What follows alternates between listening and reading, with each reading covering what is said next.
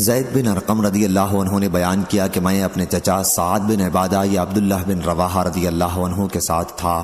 میں نے عبداللہ بن ابی ابن سلول کو کہتے سنا کہ جو لوگ رسول اللہ صلی اللہ علیہ وسلم کے پاس ہیں ان پر خرچ مت کرو تاکہ وہ ان کے پاس سے بھاگ جائیں۔ یہ بھی کہا کہ اگر اب ہم مدینہ لوٹ کر جائیں گے تو عزت والا وہاں سے ذلیلوں کو نکال کر باہر کر دے گا۔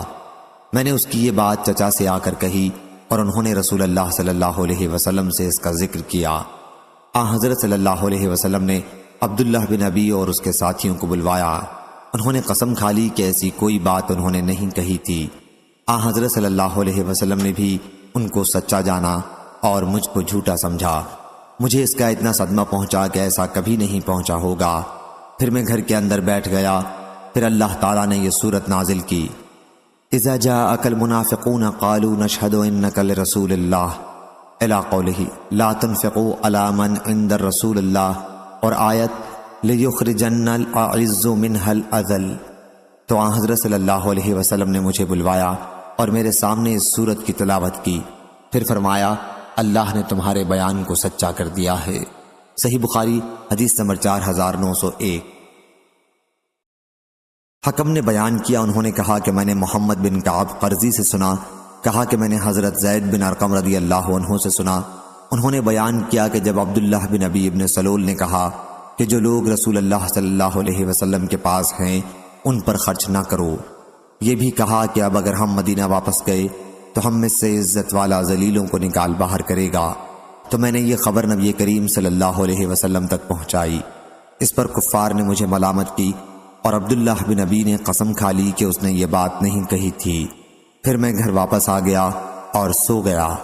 اس کے بعد مجھے حضرت صلی اللہ علیہ وسلم نے طلب فرمایا اور میں حاضر ہوا تو آپ نے فرمایا، اللہ تعالیٰ نے تمہاری تصدیق میں آیت نازل کر دی ہے، اور یہ آیت اتری ہے، ہم الذین یقولون لا تنفقوا علی من عند رسول اللہ، آخر تک۔ اور ابن ابی زائدہ نے عامش سے بیان کیا، ان سے عمرو نے، ان سے ابن ابی لیلہ نے اور ان سے زید بن ارقم رضی اللہ عنہ نے نبی کریم صلی اللہ علیہ وسلم سے اسی طرح نقل کیا۔ صحیح بخاری حدیث نمبر 4902۔ ابو اسحاق نے بیان کیا، کہا کہ میں نے حضرت زید بن ارقم رضی اللہ عنہ سے سنا، انہوں نے بیان کیا کہ ہم رسول اللہ صلی اللہ علیہ وسلم کے ساتھ ایک سفر غزوہ تبوک یا بنی المصطلق میں تھے، جس میں لوگوں پر بڑے تنگ اوقات آئے تھے۔ عبداللہ بن ابی نے اپنے ساتھیوں سے کہا کہ جو لوگ رسول اللہ صلی اللہ علیہ وسلم کے پاس جمع ہیں ان پر کچھ خرچ مت کرو تاکہ وہ ان کے پاس سے منتشر ہو جائیں۔ اس نے یہ بھی کہا کہ اگر اب ہم مدینہ لوٹ کر جائیں گے تو عزت والا وہاں سے ذلیلوں کو نکال باہر کرے گا۔ میں نے حضور اکرم صلی اللہ علیہ وسلم کی خدمت میں حاضر ہو کر ان کی اس گفتگو کی اطلاع دی تو آپ نے عبداللہ بن ابی ابن سلول کو بلا کر پوچھا۔ اس نے بڑی قسمیں کھا کر کہا کہ میں نے ایسی کوئی بات نہیں کہی۔ لوگوں نے کہا، زید رضی اللہ عنہ نے رسول اللہ صلی اللہ علیہ وسلم کے سامنے جھوٹ بولا ہے۔ لوگوں کی اس طرح کی باتوں سے میں بڑا رنجیدہ ہوا، یہاں تک کہ اللہ تعالیٰ نے میری تصدیق فرمائی اور یہ آیت نازل ہوئی، اذا جاءک المنافقون، یعنی جب آپ کے پاس منافق آئے۔ پھر حضرت صلی اللہ علیہ وسلم نے انہیں بلایا تاکہ ان کے لیے مغفرت کی دعا کریں، لیکن انہوں نے اپنے سر پھیر لیے۔ حضرت زید رضی اللہ عنہ نے بیان کیا کہ اللہ تعالیٰ کے ارشاد، خشبہ مسندہ، گویا وہ بہت بڑے لکڑی کے کھمبے ہیں۔ ان کے متعلق اس لیے کہا گیا کہ وہ بڑے خوبصورت اور ڈیل ڈول معقول مگر دل میں منافق تھے۔ صحیح بخاری حدیث نمبر 4903۔ زید بن ارقم رضی اللہ عنہ نے بیان کیا کہ میں اپنے چچا کے ساتھ تھا۔ میں نے عبداللہ بن ابی ابن سلول کو کہتے سنا کہ جو لوگ رسول اللہ صلی اللہ علیہ وسلم کے پاس ہیں ان پر کچھ خرچ نہ کرو تاکہ وہ منتشر ہو جائیں، اور اگر اب ہم مدینہ واپس لوٹیں گے تو ہم میں سے جو عزت والے ہیں ان ذلیلوں کو باہر کر دیں گے۔ میں نے اس کا ذکر اپنے چچا سے کیا اور انہوں نے رسول اللہ صلی اللہ علیہ وسلم سے کہا۔ جب حضرت صلی اللہ علیہ وسلم نے انہی کی تصدیق کر دی تو مجھے اس کا اتنا افسوس ہوا کہ پہلے کبھی کسی بات پر نہ ہوا ہوگا۔ میں غم سے اپنے گھر میں بیٹھ گیا۔ میرے چچا نے کہا کہ تمہارا کیا ایسا خیال تھا کہ حضرت صلی اللہ علیہ وسلم نے تمہیں جھٹلایا اور تم پر خفا ہوئے ہیں؟ پھر اللہ تعالیٰ نے یہ آیت نازل کی، اذا جاءک المنافقون، جب منافق آپ کے پاس آتے ہیں تو کہتے ہیں کہ آپ بے شک اللہ کے رسول صلی اللہ علیہ وسلم ہیں۔ حضرت صلی اللہ علیہ وسلم نے مجھے بلوا کر اس آیت کی تلاوت فرمائی اور فرمایا کہ اللہ تعالیٰ نے تمہاری تصدیق نازل کر دی ہے۔ صحیح بخاری حدیث نمبر 4904۔ عمرو بن دینار نے بیان کیا اور انہوں نے جابر بن عبداللہ رضی اللہ عنہ سے سنا، انہوں نے بیان کیا کہ ہم ایک غزوہ تبوک میں تھے۔ سفیان نے ایک مرتبہ بجائے غزوہ کے جیش لشکر کا لفظ کہا۔ مہاجرین میں سے ایک آدمی نے انصار کے ایک آدمی کو لات مار دی۔ انصاری نے کہا یا للانصار، یعنی اے انصاریو دوڑو، اور مہاجر نے کہا یا للمہاجرین، یعنی اے مہاجرین دوڑو۔ تو رسول اللہ صلی اللہ علیہ وسلم نے بھی اسے سنا اور فرمایا کیا قصہ ہے، یہ جاہلیت کی پکار کیسی ہے؟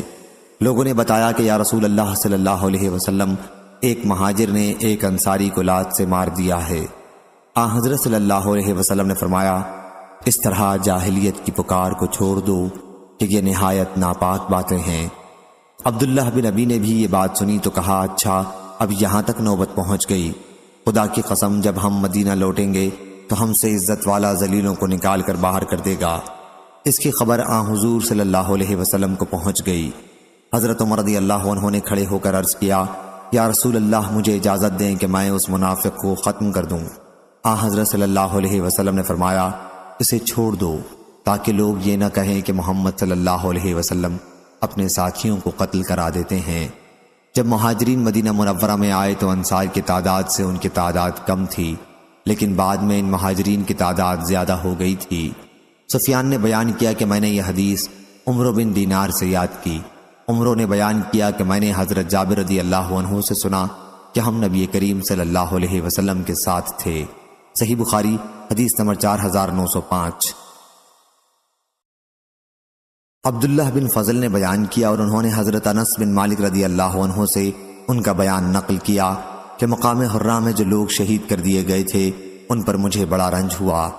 حضرت زید بن ارقم رضی اللہ عنہ کو میرے غم کی اطلاع پہنچی تو انہوں نے مجھے لکھا کہ انہوں نے رسول اللہ صلی اللہ علیہ وسلم سے سنا ہے، آپ صلی اللہ علیہ وسلم فرما رہے تھے کہ اے اللہ انصار کی مغفرت فرما، ان کے بیٹوں کی بھی مغفرت فرما۔ حضرت عبداللہ بن فضل کو اس میں شک تھا کہ آپ نے انصار کے بیٹوں کا بھی ذکر کیا تھا یا نہیں۔ حضرت انس رضی اللہ عنہ سے ان کی مجلس کے حاضرین میں سے کسی نے سوال کیا تو انہوں نے کہا کہ حضرت زید بن ارقم رضی اللہ عنہ ہی وہ ہیں جن کے سننے کی اللہ تعالیٰ نے تصدیق کی تھی۔ صحیح بخاری حدیث نمبر 4906۔ سفیان بن عینہ نے بیان کیا، انہوں نے کہا کہ ہم نے یہ حدیث عمرو بن دینار سے یاد کی۔ انہوں نے بیان کیا کہ میں نے حضرت جابر بن عبداللہ رضی اللہ عنہ سے سنا، وہ بیان کرتے تھے کہ ہم ایک غزوہ میں تھے، اچانک مہاجرین کے ایک آدمی نے انصاری کے ایک آدمی کو مار دیا۔ انصاری نے کہا اے انصاریوں دوڑو، اور مہاجر نے کہا اے مہاجرین دوڑو۔ اللہ تعالیٰ نے یہ اپنے رسول اللہ صلی اللہ علیہ وسلم کو بھی سنایا۔ حضرت صلی اللہ علیہ وسلم نے دریافت فرمایا کیا بات ہے؟ لوگوں نے بتایا کہ ایک مہاجر نے ایک انصاری کو مار دیا ہے۔ اس پر انصاری نے کہا کہ اے انصاریوں دوڑو، اور مہاجر نے کہا اے مہاجرین دوڑو۔ حضرت صلی اللہ علیہ وسلم نے فرمایا اس طرح پکارنا چھوڑ دو کہ یہ نہایت ناپاک باتیں ہیں۔ حضرت جابر رضی اللہ عنہ نے بیان کیا کہ جب نبی کریم صلی اللہ علیہ وسلم مدینہ تشریف لائے تو شروع میں انصار کی تعداد زیادہ تھی، لیکن بعد میں مہاجرین زیادہ ہو گئے تھے۔ عبداللہ بن ابی نے کہا اچھا اب نوبت یہاں تک پہنچ گئی ہے، اللہ کی قسم مدینے واپس ہو کر عزت والے ذلیلوں کو باہر نکال دیں گے۔ حضرت عمر بن خطاب رضی اللہ عنہ نے کہا یا رسول اللہ صلی اللہ علیہ وسلم اجازت ہو تو اس منافق کی گردن اڑا دوں۔ تو نبی اکرم صلی اللہ علیہ وسلم نے فرمایا کہ نہیں، ورنہ لوگ یوں کہیں گے کہ محمد صلی اللہ علیہ وسلم اپنے ہی ساتھیوں کو قتل کرانے لگے ہیں۔ صحیح بخاری حدیث نمبر 4907۔ حضرت عبداللہ بن عمر رضی اللہ عنہ نے خبر دی کہ انہوں نے اپنی بیوی آمنہ بنت غفار کو جبکہ وہ حائضہ تھیں طلاق دے دی۔ حضرت عمر رضی اللہ عنہ نے رسول اللہ صلی اللہ علیہ وسلم سے اس کا ذکر کیا۔ آپ صلی اللہ علیہ وسلم اس پر بہت غصہ ہوئے اور فرمایا کہ وہ ان سے اپنی بیوی سے رجوع کر لیں اور اپنے نکاح میں رکھیں جہاں تک کہ وہ ماہواری سے پاک ہو جائے، پھر ماہواری آئے اور پھر وہ اس سے پاک ہو۔ اب اگر وہ طلاق دینا مناسب سمجھیں تو اس کی پاکی طہر کے زمانے میں اس کے ساتھ ہم بستری سے پہلے طلاق دے سکتے ہیں، بس یہی وقت ہے جس میں اللہ تعالیٰ نے مردوں کو حکم دیا ہے اس میں یعنی حالت طہر میں طلاق دیں۔ صحیح بخاری حدیث نمبر 4908۔ ابو سلمہ بن عبد الرحمن نے خبر دی، انہوں نے بیان کیا کہ ایک شخص ابن عباس رضی اللہ عنہ کے پاس آیا، ابو ہریرہ رضی اللہ عنہ بھی ان کے پاس بیٹھے ہوئے تھے۔ آنے والے نے پوچھا، کیا آپ مجھے اس عورت کے متعلق مسئلہ بتائیے جس نے اپنے شوہر کی وفات کے 4 مہینے بعد بچہ جنا؟ ابن عباس رضی اللہ عنہ نے کہا کہ جس کا خاوند فوت ہو وہ عدت کی 2 مدتوں میں جو مدت لمبی ہو اس کی رعایت کرے۔ ابو سلمہ نے بیان کیا کہ میں نے عرض کیا کہ قرآن مجید میں تو ان کی عدت کا یہ حکم ہے، حمل والیوں کی عدت ان کے حمل کا پیدا ہو جانا ہے۔ ابو ہریرہ رضی اللہ عنہ نے کہا کہ میں بھی اس مسئلے میں اپنے بھتیجے کے ساتھ ہی ہوں۔ ان کی مراد ابو سلمہ بن عبد الرحمن سے تھی۔ آخر ابن عباس رضی اللہ عنہ نے اپنے غلام قریب کو ام المومنین ام سلمہ رضی اللہ عنہا کی خدمت میں بھیجا یہی مسئلہ پوچھنے کے لیے۔ ام المومنین رضی اللہ عنہا نے بتایا کہ سبیہ اسلمیہ کے شوہر سعد بن خولہ رضی اللہ عنہ شہید کر دیے گئے تھے۔ وہ اس وقت حاملہ تھیں۔ شوہر کی موت کے 40 دن بعد ان کے یہاں بچہ پیدا ہوا، پھر ان کے پاس نکاح کا پیغام پہنچا اور رسول اللہ صلی اللہ علیہ وسلم نے ان کا نکاح کر دیا۔ ابو سنابل بھی ان کے پاس پیغام نکاح بھیجنے والوں میں سے تھے۔ صحیح بخاری حدیث نمبر 4909۔ محمد بن سیرین نے بیان کیا کہ میں ایک مجلس میں جس میں عبد الرحمن بن ابی لیلہ بھی تھے موجود تھا۔ ان کے شاگرد ان کی بہت عزت کیا کرتے تھے۔ میں نے وہاں سبیہ بنت الحارث کی عبداللہ بن عتبہ بن مسعود سے حدیث بیان کی کہ اس پر ان کے شاگرد نے زبان اور آنکھوں کے اشارے سے ہونٹ کاٹ کر مجھے تنبیہ کی۔ محمد بن سیرین نے بیان کیا کہ میں سمجھ گیا اور کہا کہ عبداللہ بن عتبہ کوفہ میں ابھی زندہ موجود ہیں، اگر میں ان کی طرف بھی جھوٹ نسب کرتا ہوں تو بڑی جرت کی بات ہوگی۔ مجھے تنبیہ کرنے والے صاحب اس پر شرمندہ ہو گئے اور عبد الرحمن بن ابی لیلہ نے کہا لیکن ان کے چچا تو یہ بات نہیں کرتے تھے۔ ابن سیرین نے بیان کیا کہ پھر میں ابو عطیہ مالک بن عامر سے ملا اور ان سے یہ مسئلہ پوچھا۔ وہ بھی سبیعہ والی حدیث بیان کرنے لگے، لیکن میں نے ان سے کہا آپ نے حضرت عبداللہ بن مسعود رضی اللہ عنہ سے بھی اس سلسلے میں کچھ سنا ہے؟ انہوں نے بیان کیا کہ ہم حضرت عبداللہ بن مسعود رضی اللہ عنہ کی خدمت میں حاضر تھے تو انہوں نے کہا کیا تم اس پر جس کے شوہر کا انتقال ہو گیا اور وہ حاملہ ہو عدت کی مدت کو طول دے کر سختی کرنا چاہتے ہو اور رخصت و سہولت دینے کے لیے تیار نہیں؟ بات یہ ہے کہ چھوٹی سورہ نساء یعنی سورہ طلاق بڑی سورہ نساء کے بعد نازل ہوئی ہے، اور کہا وَأُولَاتَ الْأَحْمَالَ أَجْلَهُنَّ أَن يَضَعْنَ حَمْلَهُنَّ، اور حمل والیوں کی عدت ان کے حمل کا پیدا ہو جانا ہے۔ صحیح بخاری حدیث نمبر 4910۔ ہشام بن عروہ نے بیان کیا ان سے یحییٰ بن سعید قطان نے، ان سے ابن حکیم نے، ان سے سعید بن جبیر نے اور ان سے ابن عباس رضی اللہ عنہ نے کہا کہ اگر کسی نے اپنے اوپر کوئی حلال چیز حرام کر لی تو اس کا کفارہ دینا ہوگا۔ اور ابن عباس رضی اللہ عنہ نے کہا لقد کان لکم فی رسول اللہ اسوۃ حسنہ، یعنی بے شک تمہارے لیے تمہارے رسول کی زندگی میں بہترین نمونہ ہے۔ صحیح بخاری حدیث نمبر 4911۔ ہشام بن یوسف نے خبر دی، انہیں ابن جریج نے، انہیں عطا نے، انہیں عبید بن عمیر نے اور ان سے عائشہ رضی اللہ عنہا نے بیان کیا کہ رسول اللہ صلی اللہ علیہ وسلم زینب بنت حجش رضی اللہ عنہا کے گھر میں شہد پیتے اور وہاں ٹھہرتے تھے۔ پھر میں نے اور حفصہ رضی اللہ عنہا نے ایسے کیا کہ ہم میں سے جس کے پاس بھی حضرت صلی اللہ علیہ وسلم زینب کے یہاں سے شہد پی کر آنے کے بعد داخل ہوں تو وہ کہے کہ کیا آپ نے پیاز کھائی ہے؟ آپ صلی اللہ علیہ وسلم کے منہ سے مغافیر کی بو آتی ہے۔ چنانچہ جب آپ تشریف لائے تو منصوبے کے تحت یہی کہا گیا۔ حضرت صلی اللہ علیہ وسلم بدبو کو ناپسند فرماتے تھے، اس لیے آپ نے فرمایا میں نے مغافیر نہیں کھائی ہے، البتہ زینب بنت حجش رضی اللہ عنہا کے یہاں سے شہد پیا تھا، لیکن اب اسے بھی ہرگز نہیں پیوں گا، میں نے اس کی قسم کھا لی ہے، لیکن تم کسی سے اس کا ذکر نہ کرنا۔ صحیح بخاری حدیث نمبر 4912۔ سلیمان بن بلال نے بیان کیا ان سے یحییٰ نے، ان سے عبید بن حنین نے کہ انہوں نے حضرت ابن عباس رضی اللہ عنہ کو حدیث بیان کرتے ہوئے سنا۔ انہوں نے کہا ایک آیت کے متعلق حضرت عمر بن خطاب رضی اللہ عنہ سے پوچھنے کے لیے 1 سال تک میں تردد میں رہا۔ ان کا اتنا ڈر غالب تھا کہ میں ان سے نہ پوچھ سکا۔ آخر وہ حج کے لیے گئے تو میں بھی ان کے ساتھ ہو لیا۔ واپسی میں جب ہم راستے میں تھے، رفع حاجت کے لیے وہ پیلو کے درخت میں گئے۔ بیان کیا کہ میں ان کے انتظار میں کھڑا رہا۔ جب وہ فارغ ہو کر آئے تو پھر میں ان کے ساتھ چلا۔ اس وقت میں نے عرض کیا، امیر المومنین، امہات المومنین میں وہ کون 2 عورتیں تھیں جنہوں نے نبی کریم صلی اللہ علیہ وسلم کے لیے متفقہ منصوبہ بنایا تھا؟ انہوں نے بتلایا کہ حفصہ اور عائشہ رضی اللہ عنہا تھیں۔ بیان کیا کہ میں نے عرض کیا، اللہ کی قسم میں یہ سوال آپ سے کرنے کے لیے 1 سال سے ارادہ کر رہا تھا، لیکن آپ کے رعب کی وجہ سے پوچھنے کی ہمت نہیں ہوتی تھی۔ حضرت عمر رضی اللہ عنہ نے کہا، ایسا نہ کیا کرو۔ جس مسئلے کے متعلق تمہارا خیال ہو کہ میرے پاس اس سلسلے میں کوئی علم ہے تو اسے پوچھ لیا کرو۔ اگر میرے پاس اس کا کوئی علم ہوگا تو تمہیں بتا دیا کروں گا۔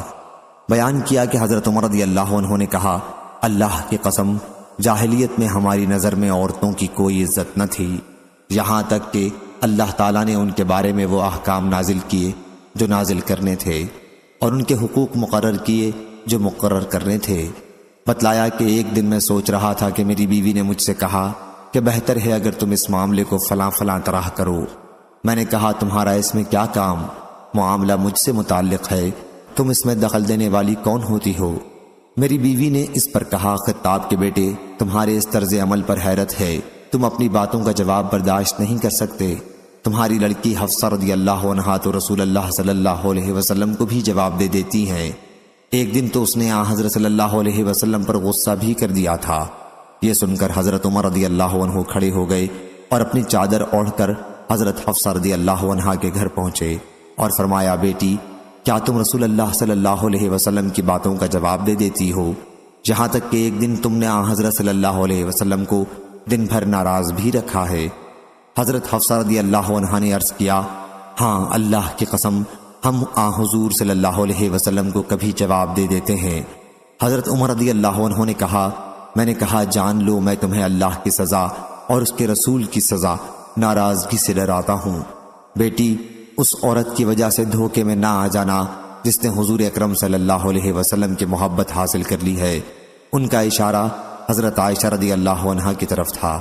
کہا کہ پھر میں وہاں سے نکل کر ام المومنین حضرت ام سلمہ رضی اللہ عنہا کے پاس آیا، کیونکہ وہ بھی میری رشتہ دار تھیں۔ میں نے ان سے بھی گفتگو کی۔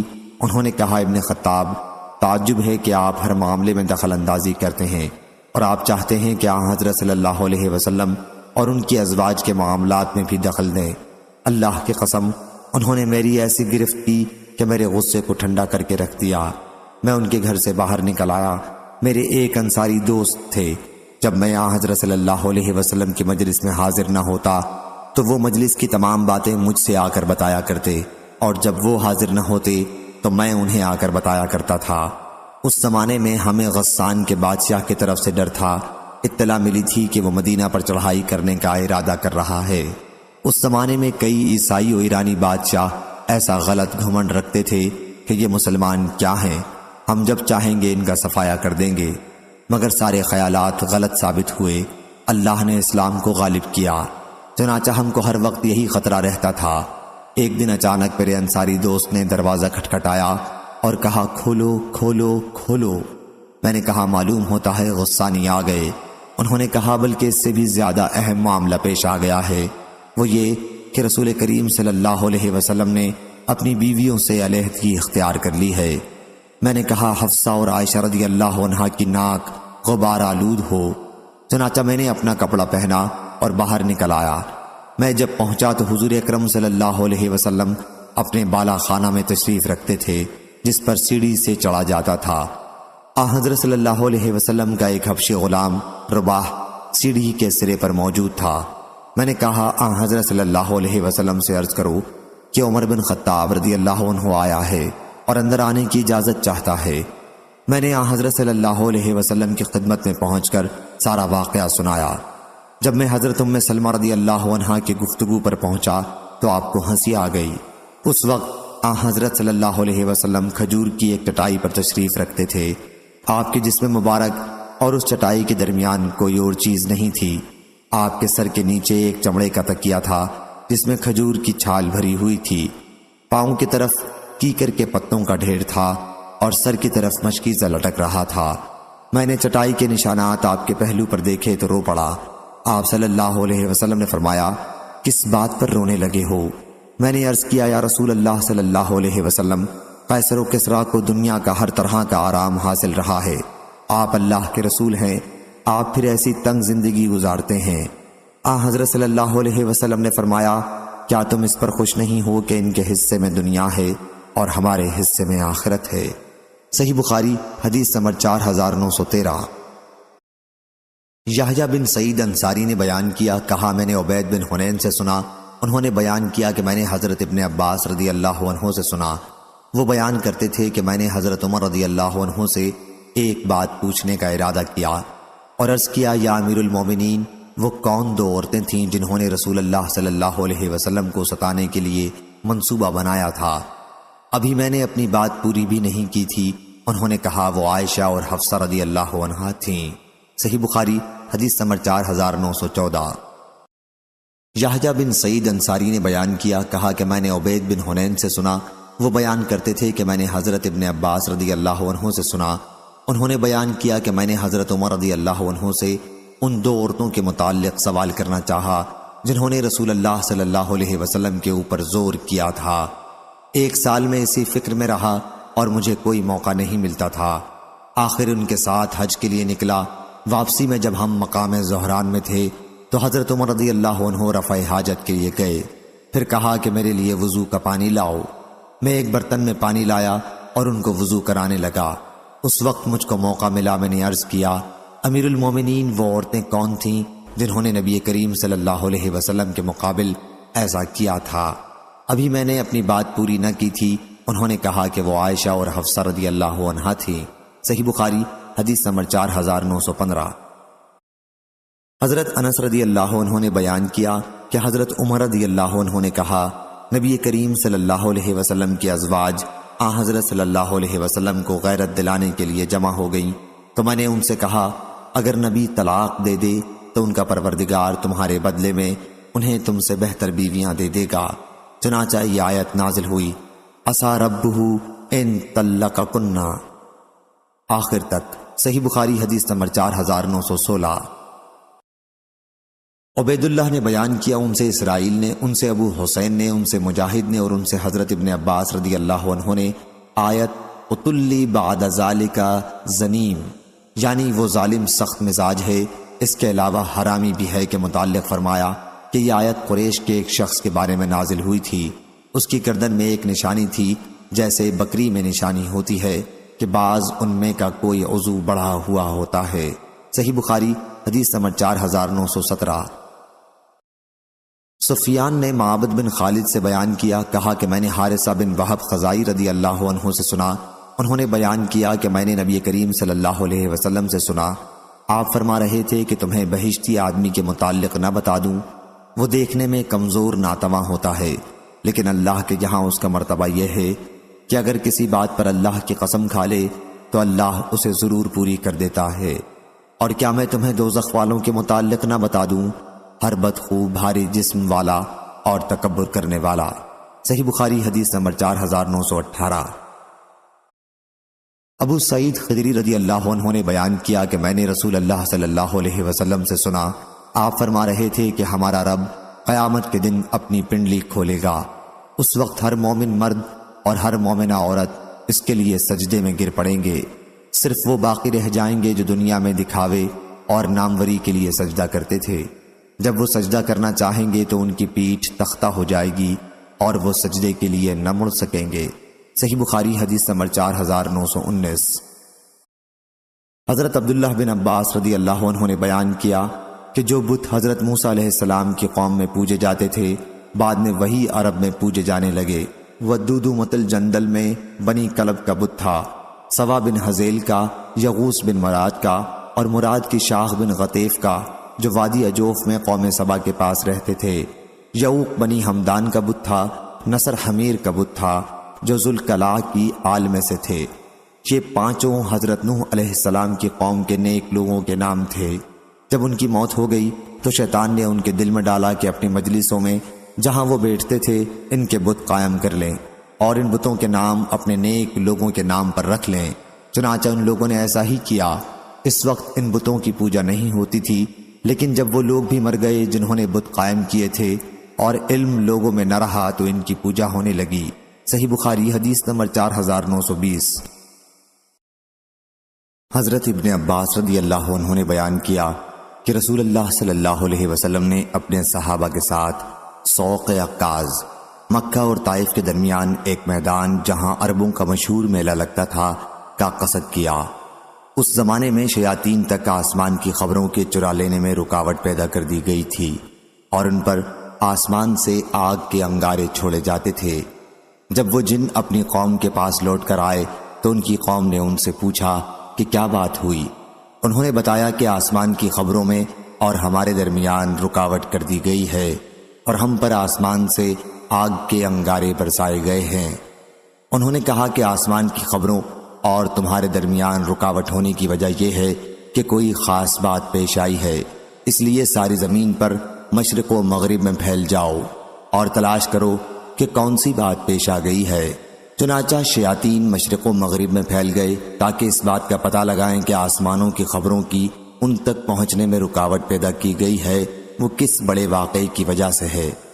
بیان کیا کہ جو شیاطین اس کھوج میں نکلے تھے ان کا ایک گروہ وادی تہامہ کی طرف بھی آ نکلا۔ یہ جگہ مکہ معظمہ سے ایک دن کے سفر کی راہ پر ہے، جہاں رسول کریم صلی اللہ علیہ وسلم منڈی عکاظ کی طرف جاتے ہوئے کھجور کے ایک باغ کے پاس ٹھہرے ہوئے تھے۔ حضرت صلی اللہ علیہ وسلم اس وقت صحابہ کے ساتھ فجر کی نماز پڑھ رہے تھے۔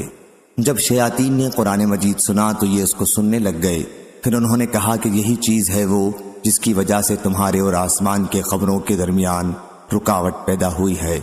اس کے بعد وہ اپنی قوم کی طرف لوٹ آئے اور ان سے کہا انا سمعنا قرآن عجبا الآیت، ہم نے ایک عجیب قرآن سنا ہے جو نیکی کی راہ دکھلاتا ہے، سو ہم تو اس پر ایمان لے آئے اور ہم اب اپنے پروردگار کو کسی کا ساجی نہ بنائیں گے۔ اور اللہ تعالیٰ نے اپنے نبی صلی اللہ علیہ وسلم پر یہ آیت نازل کی، قل اوحی الی انہ استمع نفر من الجن، آپ کہیے کہ میرے پاس وحی آئی ہے اس بات کی کہ جنوں کی ایک جماعت نے قرآن مجید سنا، یہی جنوں کا قول حضرت صلی اللہ علیہ وسلم پر نازل ہوا۔ صحیح بخاری حدیث نمبر 4921۔ علی بن مبارک نے بیان کیا ان سے یحییٰ بن ابی کثیر نے، انہوں نے ابو سلمہ بن عبد الرحمن سے پوچھا کہ قرآن مجید کی کون سی آیت سب سے پہلے نازل ہوئی تھی؟ انہوں نے کہا کہ یا ایھا المدثر۔ میں نے عرض کیا کہ لوگ تو کہتے ہیں کہ اقرأ بسم ربک الذی خلق سب سے پہلے نازل ہوئی، اور ابو سلمہ نے اس پر کہا کہ میں نے حضرت جابر بن عبداللہ رضی اللہ عنہ سے پوچھا، اور جو بات ابھی تم نے مجھ سے کہی وہی میں نے بھی ان سے کہی تھی، لیکن حضرت جابر رضی اللہ عنہ نے کہا تھا کہ میں تم سے وہی حدیث بیان کرتا ہوں جو ہم سے رسول اللہ صلی اللہ علیہ وسلم نے ارشاد فرمائی تھی۔ آپ نے فرمایا تھا کہ میں غار حرا میں ایک مدت کے لیے خلوت نشین تھا، جب میں وہ دن پورے کر کے پہاڑی سے اترا تو مجھے آواز دی گئی، میں نے اس آواز پر اپنے دائیں طرف دیکھا لیکن کوئی چیز دکھائی نہیں دی، پھر بائیں طرف دیکھا ادھر بھی کوئی چیز دکھائی نہیں دی، سامنے دیکھا ادھر بھی کوئی چیز نہیں دکھائی دی، پیچھے کی طرف دیکھا اور ادھر بھی کوئی چیز نہیں دکھائی دی۔ اب میں نے اپنا سر اوپر کی طرف اٹھایا تو مجھے ایک چیز دکھائی دی، پھر میں خدیجہ رضی اللہ عنہا کے پاس آیا اور ان سے کہا کہ مجھے کپڑا اوڑھا دو اور مجھ پر ٹھنڈا پانی ڈالو۔ فرمایا کہ پھر انہوں نے مجھے کپڑا اوڑھا دیا اور ٹھنڈا پانی مجھ پر بہایا۔ فرمایا کہ پھر یہ آیت نازل ہوئی، یا ایھا المدثر قم فانذر وربک فکبر، یعنی اے کپڑے میں لپٹنے والے اٹھیے، پھر لوگوں کو عذاب الہی سے ڈرائیے اور اپنے پروردگار کی بڑائی بیان کیجیے۔ صحیح بخاری حدیث نمبر 4922۔ حرب بن شداد نے بیان کیا ان سے یحییٰ بن ابی کثیر نے، ان سے ابو سلمہ نے اور ان سے حضرت جابر بن عبداللہ رضی اللہ عنہ نے کہ نبی کریم صلی اللہ علیہ وسلم نے فرمایا میں غار حرا میں تنہائی اختیار کیے ہوئے تھا۔ یہ روایت بھی عثمان بن عمر کی حدیث کی طرح ہے جو انہوں نے علی بن مبارک سے بیان کی ہے۔ صحیح بخاری حدیث نمبر 4923۔ یحییٰ نے بیان کیا، کہا کہ میں نے ابو سلمہ سے پوچھا کہ قرآن مجید کی کون سی آیت سب سے پہلے نازل ہوئی تھی؟ فرمایا کہ یا ایھا المدثر۔ میں نے کہا کہ مجھے خبر ملی ہے کہ اقرا بسم ربک الذی خلق سب سے پہلے نازل ہوئی۔ ابو سلمہ نے بیان کیا کہ میں نے حضرت جابر بن عبداللہ رضی اللہ عنہ سے پوچھا تھا کہ قرآن کی کون سی آیت سب سے پہلی نازل ہوئی تھی؟ انہوں نے فرمایا کہ یا ایھا المدثر، اے کپڑے میں لپٹنے والے۔ میں نے ان سے یہی کہا تھا کہ مجھے تو خبر ملی ہے کہ اقرا بسم ربک الذی خلق سب سے پہلے نازل ہوئی تھی، تو انہوں نے کہا کہ میں تمہیں وہی خبر دے رہا ہوں جو میں نے رسول اللہ صلی اللہ علیہ وسلم سے سنی ہے۔ حضرت صلی اللہ علیہ وسلم نے فرمایا کہ میں نے غار حرا میں تنہائی اختیار کی۔ جب میں وہ مدت پوری کر چکا اور نیچے اتر کر وادی کے بیچ میں پہنچا تو مجھے پکارا گیا۔ میں نے اپنے آگے پیچھے دائیں بائیں دیکھا اور مجھے دکھائی دیا کہ فرشتہ آسمان اور زمین کے درمیان کرسی پر بیٹھا ہے۔ پھر میں خدیجہ رضی اللہ عنہا کے پاس آیا اور ان سے کہا کہ مجھے کپڑا اوڑھا دو اور میرے اوپر ٹھنڈا پانی ڈالو، اور مجھ پر یہ آیت نازل ہوئی، یا ایھا المدثر، اے کپڑے میں لپٹنے والے، اٹھیے، پھر لوگوں کو عذاب آخرت سے ڈرائیے اور اپنے پروردگار کی بڑائی کیجیے۔ صحیح بخاری حدیث نمبر 4924۔ جابر بن عبداللہ رضی اللہ عنہ نے بیان کیا کہ میں نے نبی کریم صلی اللہ علیہ وسلم سے سنا، حضرت صلی اللہ علیہ وسلم درمیان میں وحی کا سلسلہ رک جانے کا حال بیان فرما رہے تھے۔ آپ نے فرمایا کہ میں رو رہا تھا کہ میں نے آسمان کی طرف سے آواز سنی۔ میں نے اپنا سر اوپر اٹھایا تو وہی فرشتہ نظر آیا جو میرے پاس غار حرا میں آیا تھا۔ وہ آسمان و زمین کے درمیان کرسی پر بیٹھا ہوا تھا۔ میں اس کے ڈر سے گھبرا گیا۔ پھر میں گھر واپس آیا اور خدیجہ رضی اللہ عنہا سے کہا کہ مجھے کپڑا اوڑھا دو، مجھے کپڑا اوڑھا دو۔ انہوں نے مجھے کپڑا اوڑھا دیا۔ پھر اللہ تعالیٰ نے آیت یا ایھا المدثر سے فہجر تک نازل کی۔ یہ سورت نماز فرض کیے جانے سے پہلے نازل ہوئی تھی۔ الرجس سے مراد بت ہے۔ صحیح بخاری حدیث نمبر 4925۔ ابن شہاب نے بیان کیا کہ میں نے ابو سلمہ سے سنا، انہوں نے بیان کیا کہ میں نے حضرت جابر بن عبداللہ رضی اللہ عنہ سے سنا، انہوں نے نبی کریم صلی اللہ علیہ وسلم سے سنا۔ حضرت صلی اللہ علیہ وسلم درمیان میں وحی کے سلسلے کے رک جانے سے متعلق بیان فرما رہے تھے کہ میں چل رہا تھا کہ میں نے آسمان کی طرف سے آواز سنی۔ اپنی نظر کو آسمان کی طرف اٹھا کر دیکھا تو وہی فرشتہ نظر آیا جو میرے پاس غار حرا میں آیا تھا۔ وہ کرسی پر آسمان اور زمین کے درمیان میں بیٹھا ہوا تھا۔ میں اسے دیکھ کر اتنا ڈرا کہ زمین پر گر پڑا۔ پھر میں اپنی بیوی کے پاس آیا اور ان سے کہا کہ مجھے کپڑا اوڑھا دو، مجھے کپڑا اوڑھا دو۔ انہوں نے مجھے کپڑا اوڑھا دیا۔ پھر اللہ تعالیٰ نے یہ آیت نازل کی، یا ایھا المدثر، فہجر تک۔ ابو سلمہ نے بیان کیا کہ الرجز بت کے معنی میں ہے۔ پھر وہی گرم ہو گئی اور سلسلہ نہیں ٹوٹا۔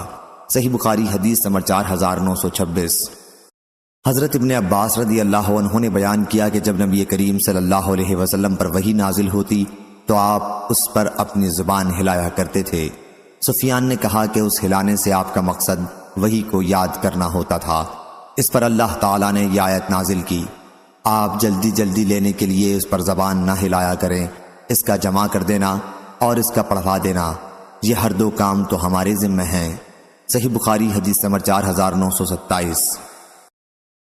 عبید اللہ بن موسیٰ نے بیان کیا، کہا ہم سے اسرائیل نے، ان سے موسیٰ بن ابی عائشہ نے، کہ انہوں نے سعید بن جبیر سے اللہ تعالیٰ کے ارشاد لا تحرک بہ لسانک، یعنی آپ قرآن کو لینے کے لیے زبان نہ ہلایا کریں کے متعلق پوچھا تو انہوں نے بیان کیا کہ حضرت ابن عباس رضی اللہ عنہ نے کہا جب رسول کریم صلی اللہ علیہ وسلم پر وحی نازل ہوتی تو آپ اپنے ہونٹ ہلایا کرتے تھے، اس لیے آپ سے کہا گیا لا تحرک بہ لسانک، یعنی وحی پر اپنی زبان نہ ہلایا کریں، اس کا تمہارے دل میں جما دینا اور اس کا پڑھا دینا ہمارا کام ہے۔ جب ہم اس کو پڑھ چکیں یعنی جبرائیل علیہ السلام کو سنا چکیں تو جیسا جبرائیل علیہ السلام نے پڑھ کر سنایا تو بھی اس طرح پڑھ، پھر یہ بھی ہمارا ہی کام ہے کہ ہم تیری زبان سے اس کو پڑھوا دیں گے۔ صحیح بخاری حدیث نمبر 4928۔ جریر نے بیان کیا، ان سے موسیٰ بن ابی عائشہ نے، ان سے سعید بن جبیر نے، ان سے حضرت ابن عباس رضی اللہ عنہ نے اللہ تعالیٰ کے ارشاد لا تحرک بہ لسانک لتستعجل بہ، یعنی آپ اس کو جلدی جلدی لینے کے لیے اس پر زبان نہ ہلایا کریں کے متعلق بتلایا کہ جب حضرت جبریل علیہ السلام آپ پر وحی نازل کرتے تو رسول کریم صلی اللہ علیہ وسلم اپنی زبان اور ہونٹ ہلایا کرتے تھے۔ اور آپ پر یہ بہت سخت گزرتا، یہ آپ کے چہرے سے بھی ظاہر ہوتا تھا۔ اس لیے اللہ تعالیٰ نے وہ آیت نازل کی جو سورہ لا اقسم بیوم القیامہ میں ہے، یعنی لا تحرک بہ لسانک، یعنی آپ اس کو جلدی جلدی لینے کے لیے اس پر زبان نہ ہلایا کریں، یہ تو ہمارے ذمہ ہے اس کا جمع کر دینا اور اس کا پڑھوانا۔ پھر جب ہم اسے پڑھنے لگیں تو آپ اس کے پیچھے یاد کرتے جایا کریں، یعنی جب ہم وحی نازل کریں تو آپ غور سے سنیں۔ پھر اس کا بیان کرا دینا بھی ہمارے ذمہ ہے، یعنی یہ بھی ہمارے ذمہ ہے کہ ہم اسے آپ کی زبانی لوگوں کے سامنے بیان کرا دیں۔ بیان کیا کہ چنانچہ اس کے بعد جب جبریل علیہ السلام وحی لے کر آتے تو آن حضرت صلی اللہ علیہ وسلم خاموش ہو جاتے اور جب چلے جاتے تو پڑھتے، جیسا کہ اللہ تعالیٰ نے آپ سے وعدہ کیا تھا۔ آیت اولا لک فاولا میں تحدید یعنی ڈرانا دھمکانا مراد ہے۔ صحیح بخاری حدیث نمبر 4929۔ حضرت عبداللہ بن مسعود رضی اللہ عنہ نے بیان کیا کہ ہم رسول اللہ صلی اللہ علیہ وسلم کے ساتھ تھے اور آپ پر سورہ والمرسلات نازل ہوئی تھی، اور ہم اس کو آپ صلی اللہ علیہ وسلم کے منہ سے سیکھ رہے تھے کہ اتنے میں ایک سانپ نکل آیا۔ ہم لوگ اس کے مارنے کو بڑھے لیکن وہ بچ نکلا اور اپنے سوراخ میں گھس گیا۔ اس پر آن حضرت صلی اللہ علیہ وسلم نے فرمایا کہ وہ تمہارے شر سے بچ گیا اور تم اس کے شر سے بچ گئے۔ صحیح بخاری حدیث نمبر 4930۔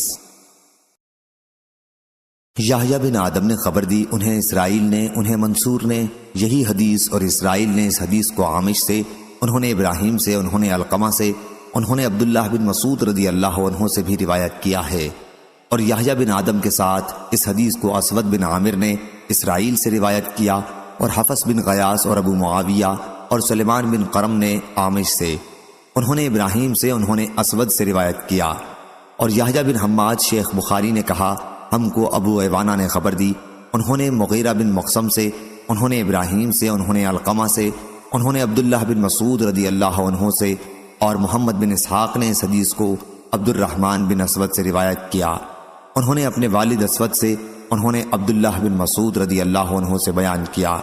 ہم سے قتیبہ بن سعید نے بیان کیا، کہا ہم سے جریر نے بیان کیا، ان سے عامش نے، ان سے ابراہیم نے، ان سے اسود نے بیان کیا، اور ان سے حضرت عبداللہ بن مسعود رضی اللہ عنہ نے بیان کیا کہ ہم رسول کریم صلی اللہ علیہ وسلم کے ساتھ ایک غار میں تھے کہ آپ پر سورہ والمرسلات نازل ہوئی، ہم نے اسے آپ کے منہ سے یاد کر لیا، اس وحی سے آپ کے دہن مبارک کی تازگی ابھی ختم نہیں ہوئی تھی کہ اتنے میں ایک سانپ نکل پڑا۔ آن حضرت صلی اللہ علیہ وسلم نے فرمایا اسے زندہ نہ چھوڑو، بیان کیا کہ ہم اس کی طرف بڑھے لیکن وہ نکل گیا۔ اس پر آن حضرت صلی اللہ علیہ وسلم نے فرمایا کہ تم اس کے شر سے بچ گئے اور وہ تمہارے شر سے بچ گیا۔ صحیح بخاری حدیث نمبر 4931۔ عبد الرحمن بن عابس نے بیان کیا، کہا میں نے حضرت ابن عباس رضی اللہ عنہ سے آیت انہا ترمی بشرر کالقصر یعنی وہ انگارے برسائے گی جیسے بڑے محل کے متعلق پوچھا، اور انہوں نے کہا کہ ہم 3 ہاتھ کی لکڑیاں اٹھا کر رکھتے ہیں، ایسا ہم جاڑوں کے لیے کرتے تھے تاکہ وہ جلانے کے کام آئیں، اور ان کا نام قصر رکھتے تھے۔ صحیح بخاری حدیث نمبر 4932۔ عبد الرحمن بن عابس نے بیان کیا، اور انہوں نے حضرت ابن عباس رضی اللہ عنہ سے سنا، آیت ترمی بشررن کالقصر کے متعلق آپ نے فرمایا کہ ہم 3 ہاتھ یا اس سے بھی لمبی لکڑیاں اٹھا کر جاڑوں کے لیے رکھ لیتے تھے، ایسی لکڑیوں کو ہم قصر کہتے تھے۔ کأنہم جمالات صفر سے مراد کشتی کی رسیاں ہیں جو جوڑ کر رکھی جائیں، وہ آدمی کی کمر برابر موٹی ہو جائیں۔ صحیح بخاری حدیث نمبر 4933۔ حضرت عبداللہ بن مسعود رضی اللہ عنہ نے بیان کیا کہ ہم نبی کریم صلی اللہ علیہ وسلم کے ساتھ ایک غار میں تھے، کیا حضرت صلی اللہ علیہ وسلم پر سورہ والمرسلات نازل ہوئی، پھر آن حضرت صلی اللہ علیہ وسلم نے اس کی تلاوت کی، اور میں نے اسے آپ ہی کے منہ سے یاد کر لیا، وہی سے آپ کے منہ کی تازگی اس وقت بھی باقی تھی کہ اتنے میں غار کی طرف سانپ لپکا۔ آن حضرت صلی اللہ علیہ وسلم نے فرمایا کہ اسے مار ڈالو، ہم اس کی طرف بڑھے لیکن وہ بھاگ گیا۔ آن حضرت صلی اللہ علیہ وسلم نے اس پر فرمایا کہ وہ بھی تمہارے شر سے اس طرح بچ نکلا جیسا کہ تم اس کے شر سے بچ گئے۔ عمر بن حفص نے کہا مجھے یہ حدیث یاد ہے، میں نے اپنے والد سے سنی تھی، انہوں نے اتنا اور بڑھا دیا کہ وہ غار منی میں تھا۔ صحیح بخاری حدیث نمبر 4934۔ حضرت ابو ہریرہ رضی اللہ عنہ نے بیان کیا کہ رسول اللہ صلی اللہ علیہ وسلم نے فرمایا کہ 2 سور پھونکے جانے کے درمیان 40 فاصلہ ہوگا۔ حضرت ابو ہریرہ رضی اللہ عنہ کے شاگردوں نے پوچھا کیا 40 دن مراد ہیں؟ انہوں نے کہا مجھے معلوم نہیں۔ پھر شاگردوں نے پوچھا کیا 40 مہینے مراد ہیں؟ انہوں نے کہا کہ مجھے معلوم نہیں۔ شاگردوں نے پوچھا کیا 40 سال مراد ہیں؟ کہا کہ معلوم نہیں۔ کہا کہ پھر اللہ تعالیٰ آسمان سے پانی برسائے گا جس کی وجہ سے تمام مردے جی اٹھیں گے، جیسے سبزیاں پانی سے اگاتی ہیں۔ اس وقت انسان کا ہر حصہ گل چکا ہوگا سوا ریڑھ کی ہڈی کے، اور اس سے قیامت کے دن تمام مخلوق دوبارہ بنائی جائے گی۔ صحیح بخاری حدیث نمبر 4935۔ سہل بن سعد رضی اللہ عنہ نے بیان کیا کہ میں نے رسول اللہ صلی اللہ علیہ وسلم کو دیکھا کہ آپ اپنی بیچ کی انگلی اور انگوٹھے کے قریب والی انگلی کے اشارے سے فرما رہے تھے کہ میں ایسے وقت میں مبعوث ہوا ہوں کہ میرے اور قیامت کے دن صرف ان 2 کے برابر فیصلہ ہے۔ صحیح بخاری حدیث نمبر 4936۔ قتادہ نے بیان کیا کہا میں نے زرارہ بن عوف سے سنا، وہ سعد بن ہشام سے بیان کرتے تھے اور ان سے حضرت عائشہ رضی اللہ عنہا نے کہ نبی کریم صلی اللہ علیہ وسلم نے فرمایا اس شخص کی مثال جو قرآن پڑھتا ہے اور وہ اس کا حافظ بھی ہے، مکرم اور نیک لکھنے والے فرشتوں جیسی ہے، اور جو شخص قرآن مجید بار بار پڑھتا ہے پھر بھی وہ اس کے لیے دشوار ہے تو اسے دگنا ثواب ملے گا۔ صحیح بخاری حدیث نمبر 4937۔ عبداللہ بن عمر رضی اللہ عنہ نے بیان کیا کہ نبی کریم صلی اللہ علیہ وسلم نے فرمایا جس دن لوگ دونوں جہاں کے پالنے والے کے سامنے حساب دینے کے لیے کھڑے ہوں گے تو کافروں کی گانوں کی لو تک پسینے میں ڈوب جائیں گے۔ صحیح بخاری حدیث نمبر 4938۔ عثمان بن اسود نے بیان کیا انہوں نے ابن ابی ملیکہ سے سنا اور انہوں نے حضرت عائشہ رضی اللہ عنہا سے سنا، انہوں نے بیان کیا کہ میں نے نبی کریم صلی اللہ علیہ وسلم سے سنا۔ ہم سے سلیمان بن حرب نے بیان کیا، کہا ہم سے حماد بن زید نے بیان کیا، ان سے ایوب نے، ان سے ابن ابی ملیکہ نے اور ان سے حضرت عائشہ رضی اللہ عنہا نے، انہوں نے رسول کریم صلی اللہ علیہ وسلم سے سنا۔ ہم سے مسدد نے بیان کیا، کہا ہم سے یحییٰ نے، ان سے ابو یونس حاتم بن ابی صغیرہ نے، ان سے ابن ابی ملیکہ نے، ان سے قاسم نے اور ان سے حضرت عائشہ رضی اللہ عنہا نے بیان کیا کہ رسول اللہ صلی اللہ علیہ وسلم نے فرمایا جس کسی سے بھی قیامت کے دن حساب لے لیا گیا تو وہ ہلاک ہو جائے گا۔ حضرت عائشہ رضی اللہ عنہا نے کہا کہ میں نے عرض کیا یا رسول اللہ صلی اللہ علیہ وسلم اللہ مجھے آپ پر قربان کرے، کیا اللہ تعالیٰ نے یہ ارشاد نہیں فرمایا کہ فَأَمَّا مَنْ أُوتِيَ كِتَابَهُ بِيَمِينِهِ فَسَوْفَ يُحَاسَبُ حِسَابًا يَسِيرًا، تو جس کسی کا نامہ یا مال اس کے داہنے ہاتھ میں ملے گا سو اس سے آسان حساب لیا جائے گا۔ حضرت صلی اللہ علیہ وسلم نے فرمایا آیت میں جس حساب کا ذکر ہے وہ تو پیشی ہوگی، وہ صرف پیش کیے جائیں گے اور بغیر حساب چھوٹ جائیں گے، لیکن جس سے بھی پوری طرح حساب لے لیا گیا وہ ہلاک ہوگا۔ صحیح بخاری حدیث نمبر 4939۔ حضرت ابن عباس رضی اللہ عنہ نے کہا لَتَرْكَبُنَّ طَبَقًا عَنْ طَبَقٍ، یعنی تم کو ضرور ایک حالت کے بعد دوسری حالت پر پہنچنا ہے۔ بیان کیا کہ یہاں مراد نبی کریم صلی اللہ علیہ وسلم ہیں کہ آپ کو کامیابی رفتہ رفتہ حاصل ہوگی۔ صحیح بخاری حدیث نمبر 4940۔ برا بن عازب رضی اللہ عنہ نے بیان کیا کہ نبی کریم صلی اللہ علیہ وسلم کے مہاجر صحابہ میں سب سے پہلے ہمارے پاس مدینہ تشریف لانے والے مصعب بن عمیر اور ابن ام مکتوم رضی اللہ عنہ تھے۔ مدینہ پہنچ کر ان بزرگوں نے ہمیں قرآن مجید پڑھانا شروع کر دیا، پھر عمار، بلال اور سعد رضی اللہ عنہم آئے، اور پھر عمر بن خطاب رضی اللہ عنہ 20 صحابہ کو ساتھ لے کر آئے۔ اس کے بعد نبی کریم صلی اللہ علیہ وسلم تشریف لائے۔ میں نے کبھی مدینہ والوں کو اتنا خوش ہونے والا نہیں دیکھا تھا جتنا وہ حضور اکرم صلی اللہ علیہ وسلم کی آمد پر خوش ہوئے تھے۔ بچیاں اور بچے بھی کہنے لگے تھے کہ آپ صلی اللہ علیہ وسلم اللہ کے رسول صلی اللہ علیہ وسلم ہیں، ہمارے یہاں تشریف لائے ہیں۔ میں نے حضرت صلی اللہ علیہ وسلم کی مدینہ میں تشریف آوری سے پہلے ہی سبح اسم ربک الاعلی اور اس جیسی اور صورتیں پڑھ لی تھیں۔ صحیح بخاری حدیث نمبر 4941۔ عبداللہ بن زمار رضی اللہ عنہ نے خبر دی کہ انہوں نے رسول اللہ صلی اللہ علیہ وسلم سے سنا حضرت صلی اللہ علیہ وسلم نے اپنے ایک خطبے میں حضرت صالح علیہ السلام کی اونٹنی کا ذکر فرمایا اور اس شخص کا بھی ذکر فرمایا جس نے اس کی کونچیں کاٹ ڈالی تھیں۔ پھر آپ نے ارشاد فرمایا اذم بعثا اشقہا، یعنی اس اونٹنی کو مار ڈالنے کے لیے ایک مفسد قدار نامی جو اپنی قوم میں ابو زماں کی طرح غالب اور طاقتور تھا اٹھا۔ حضرت صلی اللہ علیہ وسلم نے عورتوں کے حقوق کا بھی ذکر فرمایا۔ تم میں بعض اپنی بیوی کو غلام کی طرح کوڑے مارتے ہیں، حالانکہ اسی دن کے ختم ہونے پر وہ اس سے ہم بستری بھی کرتے ہیں۔ پھر آپ نے انہیں ریاح خارج ہونے پر ہنسنے سے منع فرمایا اور فرمایا کہ ایک کام جو تم میں ہر شخص کرتا ہے اسی پر تم دوسروں پر کس طرح ہنستے ہو۔ ابو معاویہ نے بیان کیا کہ ہم سے حشام بن عروہ بن زبیر نے، ان سے حضرت عبداللہ بن زماں رضی اللہ عنہ نے بیان کیا کہ نبی کریم صلی اللہ علیہ وسلم نے اس حدیث میں یوں فرمایا، ابو زماں کی طرح جو زبیر بن عوام کا چچا تھا۔ صحیح بخاری حدیث نمبر 4942۔ علقمہ بن قیس نے بیان کیا کہ عبداللہ بن مسعود رضی اللہ عنہ کے شاگردوں کے ساتھ میں ملک شام پہنچا۔ ہمارے متعلق ابو درداء رضی اللہ عنہ نے سنا تو ہم سے ملنے خود تشریف لائے اور دریافت فرمایا تم میں کوئی قرآن کا قاری ہے؟ ہم نے کہا جی ہاں ہے۔ دریافت فرمایا کہ سب سے اچھا قاری کون ہے؟ لوگوں نے میری طرف اشارہ کیا۔ آپ نے فرمایا کہ پھر کوئی آیت تلاوت کرو۔ میں نے واللیل اذا یغشی والنہار اذا تجلی والذکر والانثی کی تلاوت کی۔ ابو درداء رضی اللہ عنہ نے پوچھا کیا تم نے خود یہ آیت اپنے استاد عبداللہ بن مسعود رضی اللہ عنہ کی زبانی اسی طرح سنی ہے؟ کہا جی ہاں۔ انہوں نے اس پر کہا کہ میں نے بھی نبی کریم صلی اللہ علیہ وسلم کی زبانی یہ آیت اسی طرح سنی ہے، لیکن یہ شام والے ہم پر انکار کرتے ہیں۔ صحیح بخاری حدیث نمبر 4943۔ ابراہیم نخعی نے بیان کیا کہ عبداللہ بن مسعود رضی اللہ عنہ کے کچھ شاگرد ابو درداء رضی اللہ عنہ کے یہاں شام آئے۔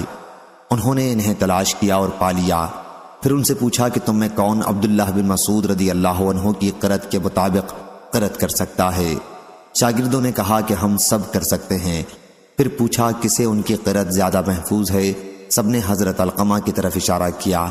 انہوں نے دریافت کیا انہیں سورہ واللیل اذا یغشی کی قرأت کرتے کس طرح سنا ہے؟ علقمہ نے کہا والذکر والانثی، بغیر خلق کے۔ کہا کہ میں گواہی دیتا ہوں کہ میں نے بھی رسول کریم صلی اللہ علیہ وسلم کو اسی طرح قرأت کرتے سنا ہے، لیکن یہ لوگ یعنی شام والے چاہتے ہیں کہ میں وما خلق الذکر والانثی پڑھوں۔ اللہ کی قسم میں ان کی پیروی نہیں کروں گا۔ صحیح بخاری حدیث نمبر 4944۔ حضرت علی رضی اللہ عنہ نے بیان کیا کہ ہم نبی کریم صلی اللہ علیہ وسلم کے ساتھ بقیع الغرقد مدینہ منورہ کے قبرستان میں ایک جنازے میں تھے۔ حضرت صلی اللہ علیہ وسلم نے اس موقع پر فرمایا تم میں کوئی ایسا نہیں جس کا ٹھکانہ جنت یا جہنم میں لکھا نہ جا چکا ہو۔ صحابہ نے عرض کیا یا رسول اللہ صلی اللہ علیہ وسلم پھر کیوں نہ ہم اپنی اس تقدیر پر بھروسہ کر لیں؟ حضرت صلی اللہ علیہ وسلم نے فرمایا کہ عمل کرتے رہو کہ ہر شخص کو اسی عمل کی توفیق ملتی رہتی ہے جس کے لیے وہ پیدا کیا گیا ہے۔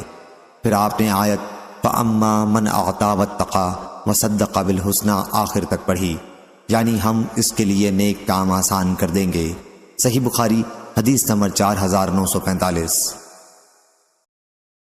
شعبہ نے بیان کیا ان سے سلیمان عامش نے، ان سے سعد بن عبیدہ نے، ان سے ابو عبد الرحمن سلمہ نے اور ان سے حضرت علی رضی اللہ عنہ نے کہ نبی کریم صلی اللہ علیہ وسلم ایک جنازے میں تھے۔ آپ نے ایک لکڑی اٹھائی اور اس سے زمین کو ریدتے ہوئے فرمایا کہ تم میں کوئی شخص ایسا نہیں جس کا جنت یا دوزخ کا ٹھکانہ لکھا نہ جا چکا ہو۔ صحابہ نے عرض کیا یا رسول اللہ صلی اللہ علیہ وسلم کیا پھر ہم اسی پر بھروسہ نہ کر لیں؟ حضرت صلی اللہ علیہ وسلم نے فرمایا کہ عمل کرتے رہو کہ ہر شخص کو توفیق دی گئی ہے انہی اعمال کی جن کے لیے وہ پیدا کیا گیا ہے۔ سو جس نے دیا اور اللہ سے ڈرا اور اچھی بات کو سچا سمجھا آخر آیت تک۔ شعبہ نے بیان کیا کہ مجھ سے یہ حدیث منصور بن معتمر نے بھی بیان کی اور انہوں نے بھی سلیمان عامش سے اس کے موافق بیان کی، اس میں کوئی خلاف نہیں کیا۔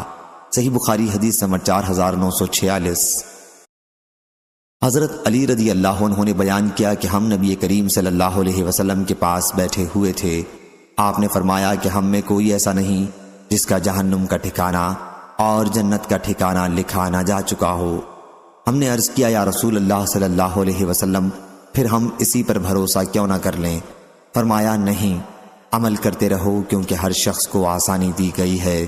اور اس کے بعد آپ نے اس آیت کی تلاوت کی، فَأَمَّا مَنْ آتَى وَاتَّقَى، یعنی سو جس نے دیا اور اللہ سے ڈرا اور اچھی بات کو سچا سمجھا، اس کے لیے راحت کی چیزیں آسان کر دیں گے۔ سَنُيَسِّرُهُ لِلْيُسْرَىٰ، صحیح بخاری حدیث نمبر 4947۔ حضرت علی رضی اللہ عنہ نے بیان کیا کہ ہم بقیع الغرقد میں ایک جنازے کے ساتھ تھے، پھر رسول اللہ صلی اللہ علیہ وسلم بھی تشریف لائے، آپ بیٹھ گئے اور ہم بھی آپ کے چاروں طرف بیٹھ گئے۔ آپ کے ہاتھ میں چھڑی تھی، آپ نے سر جھکا لیا، پھر چھڑی سے زمین کو کریدنے لگے، پھر فرمایا کہ تم میں کوئی شخص ایسا نہیں، کوئی پیدا ہونے والی جان ایسی نہیں جس کا جنت اور جہنم کا ٹھکانہ لکھا نہ جا چکا ہو۔ یہ لکھا جا چکا ہے کہ کون نیک ہے اور کون برا ہے۔ ایک صاحب نے عرض کیا یا رسول اللہ صلی اللہ علیہ وسلم، پھر کیا حرج ہے اگر ہم اپنی اسی تقدیر پر بھروسہ کر لیں اور نیک عمل کرنا چھوڑ دیں؟ جو ہم میں نیک ہوگا وہ نیکیوں کے ساتھ جا ملے گا، اور جو برا ہوگا اس سے بروں کے سے اعمال ہو جائیں گے۔ حضرت صلی اللہ علیہ وسلم نے فرمایا کہ جو لوگ نیک ہوتے ہیں انہیں نیکوں ہی کے عمل کی توفیق حاصل ہوتی ہے، اور جو برے ہوتے ہیں انہیں بروں ہی جیسے عمل کرنے کی توفیق ہوتی ہے۔ پھر آپ نے اس آیت کی تلاوت کی، فَأَمَّا مَنْ آتَى وَاتَّقَى، یعنی سو جس نے دیا اور اللہ سے ڈرا اور اچھی بات کو سچا سمجھا، سو ہم اس کے لیے نیک کاموں کو آسان کر دیں گے۔ صحیح بخاری حدیث نمبر 4948۔ عامش نے بیان کیا، کہا کہ میں نے سعد بن عبیدہ سے سنا، ان سے ابو عبد الرحمن سلمہ بیان کرتے تھے کہ حضرت علی رضی اللہ عنہ نے بیان کیا کہ نبی کریم صلی اللہ علیہ وسلم ایک جنازے میں تشریف رکھتے تھے، پھر آپ نے ایک چیز لی اور اس سے زمین کو ریدنے لگے اور فرمایا، تم میں سے کوئی شخص ایسا نہیں جس کا جہنم کا ٹھکانہ یا جنت کا ٹھکانہ لکھا نہ جا چکا ہو۔ صحابہ نے عرض کیا کہ یا رسول اللہ صلی اللہ علیہ وسلم، تو پھر ہم کیوں نہ اپنی تقدیر پر بھروسہ کر لیں اور نیک عمل کرنا چھوڑ دیں؟ حضرت صلی اللہ علیہ وسلم نے فرمایا کہ نیک عمل کرو، ہر شخص کو ان اعمال کی توفیق دی جاتی ہے جن کے لیے وہ پیدا کیا گیا ہے۔ جو شخص نیک ہوگا اسے نیکوں کے عمل کی توفیق ملی ہوتی ہے، اور جو بدبخت ہوتا ہے اسے بدبختوں کے عمل کی توفیق ملتی ہے۔ پھر آپ نے آیت فَأَمَّا مَنْ آتَى وَاتَّقَى آخر تک پڑھی، یعنی سو جس نے دیا اور اللہ سے ڈرا اور اچھی بات کو سچا سمجھا، سو ہم اس کے لیے نیک عملوں کو آسان کر دیں گے۔ صحیح بخاری حدیث نمبر 4949۔ اسود بن قیس نے بیان کیا، کہا میں نے جندب بن سفیان رضی اللہ عنہ سے سنا، انہوں نے بیان کیا کہ رسول اللہ صلی اللہ علیہ وسلم بیمار پڑ گئے اور 2 یا 3 راتوں کو تہجد کے لیے نہیں اٹھ سکے۔ پھر ایک عورت، ابو لہب کی عورت اور آئی اور کہنے لگی، اے محمد، میرا خیال ہے کہ تمہارے شیطان نے تمہیں چھوڑ دیا ہے، 2 یا 3 راتوں سے دیکھ رہی ہوں کہ تمہارے پاس وہ نہیں آیا۔ اس پر اللہ تعالیٰ نے یہ آیت نازل کی، وَالضُّحَىٰ آخر تک، یعنی قسم ہے دن کی روشنی کی اور رات کی، جب وہ قرار پکڑے کہ آپ کے پروردگار نے نہ آپ کو چھوڑا ہے اور نہ آپ سے بیزار ہوا ہے۔ صحیح بخاری حدیث نمبر 4950۔ اسود بن قیس نے بیان کیا کہ میں نے جندب بجلی رضی اللہ عنہ سے سنا کہ ایک عورت ام المومنین خدیجہ رضی اللہ عنہا نے کہا کہ یا رسول اللہ صلی اللہ علیہ وسلم، میں دیکھتی ہوں کہ آپ کے دوست جبرائیل علیہ السلام آپ کے پاس آنے میں دیر کرتے ہیں۔ اس پر آیت نازل ہوئی، ما ودعک ربک وما قلی، یعنی آپ کے پروردگار نے نہ آپ کو چھوڑا ہے اور نہ آپ سے وہ بیزار ہوا ہے۔ صحیح بخاری حدیث نمبر 4951۔ عدی بن ثابت نے خبر دی، انہوں نے کہا کہ میں نے حضرت برا بن عازب رضی اللہ عنہ سے سنا کہ نبی کریم صلی اللہ علیہ وسلم ایک سفر میں تھے اور عشاء کی ایک رکعت میں آپ نے سورہ والتین کی تلاوت فرمائی تھی۔ تقویم کے معنی پیدائش، بناوٹ کے ہیں۔ صحیح بخاری حدیث نمبر 4952۔ لیث بن سعد نے بیان کیا، ان سے عقیل نے، ان سے ابن شہاب نے۔ دوسری سند حضرت امام بخاری نے کہا، اور مجھ سے سعید بن مروان نے بیان کیا، اور ان سے محمد بن عبدالعزیز بن ابی رزمہ نے، انہیں ابو صالح سلمویہ نے خبر دی، کہا کہ مجھ سے عبداللہ نے بیان کیا، ان سے یونس بن یزید نے بیان کیا، کہا کہ مجھے ابن شہاب نے خبر دی، انہیں عروہ بن زبیر نے خبر دی، اور ان سے نبی کریم صلی اللہ علیہ وسلم کی پاک بیوی عائشہ رضی اللہ عنہا نے بیان کیا کہ رسول اللہ صلی اللہ علیہ وسلم کو نبوت سے پہلے سچے خواب دکھائے جاتے تھے۔ چنانچہ اس دور میں آپ صلی اللہ علیہ وسلم جو خواب بھی دیکھ لیتے وہ صبح کی روشنی کی طرح بیداری میں نمودار ہوتا۔ پھر آپ کو تنہائی بھلی لگنے لگی۔ اس دور میں آپ صلی اللہ علیہ وسلم غار حرا تنہا تشریف لے جاتے اور آپ صلی اللہ علیہ وسلم وہاں تحنس کیا کرتے تھے۔ عروہ نے کہا تحنس سے عبادت مراد ہے۔ آپ صلی اللہ علیہ وسلم وہاں کئی راتیں جاگتے، گھر میں نہ آتے اور اس کے لیے اپنے گھر سے توشہ لے جایا کرتے تھے۔ پھر جب توشہ ختم ہو جاتا پھر خدیجہ رضی اللہ عنہا کے ہاں لوٹ کر تشریف لاتے اور اتنا ہی توشہ پھر لے جاتے۔ اسی حال میں آپ غار حرا میں تھے کہ دفتن آپ پر وحی نازل ہوئی۔ چنانچہ فرشتہ آپ کے پاس آیا اور کہا پڑھیے۔ حضرت صلی اللہ علیہ وسلم نے فرمایا کہ میں پڑھا ہوا نہیں ہوں۔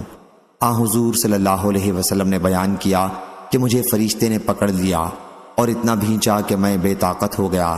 پھر انہوں نے مجھے چھوڑ دیا اور کہا کہ پڑھیے۔ میں نے کہا کہ میں پڑھا ہوا نہیں ہوں۔ انہوں نے پھر دوسری مرتبہ مجھے پکڑ کر اس طرح بھینچا کہ میں بے طاقت ہو گیا اور چھوڑنے کے بعد کہا کہ پڑھیے۔ میں نے اس مرتبہ بھی یہی کہا کہ میں پڑھا ہوا نہیں ہوں۔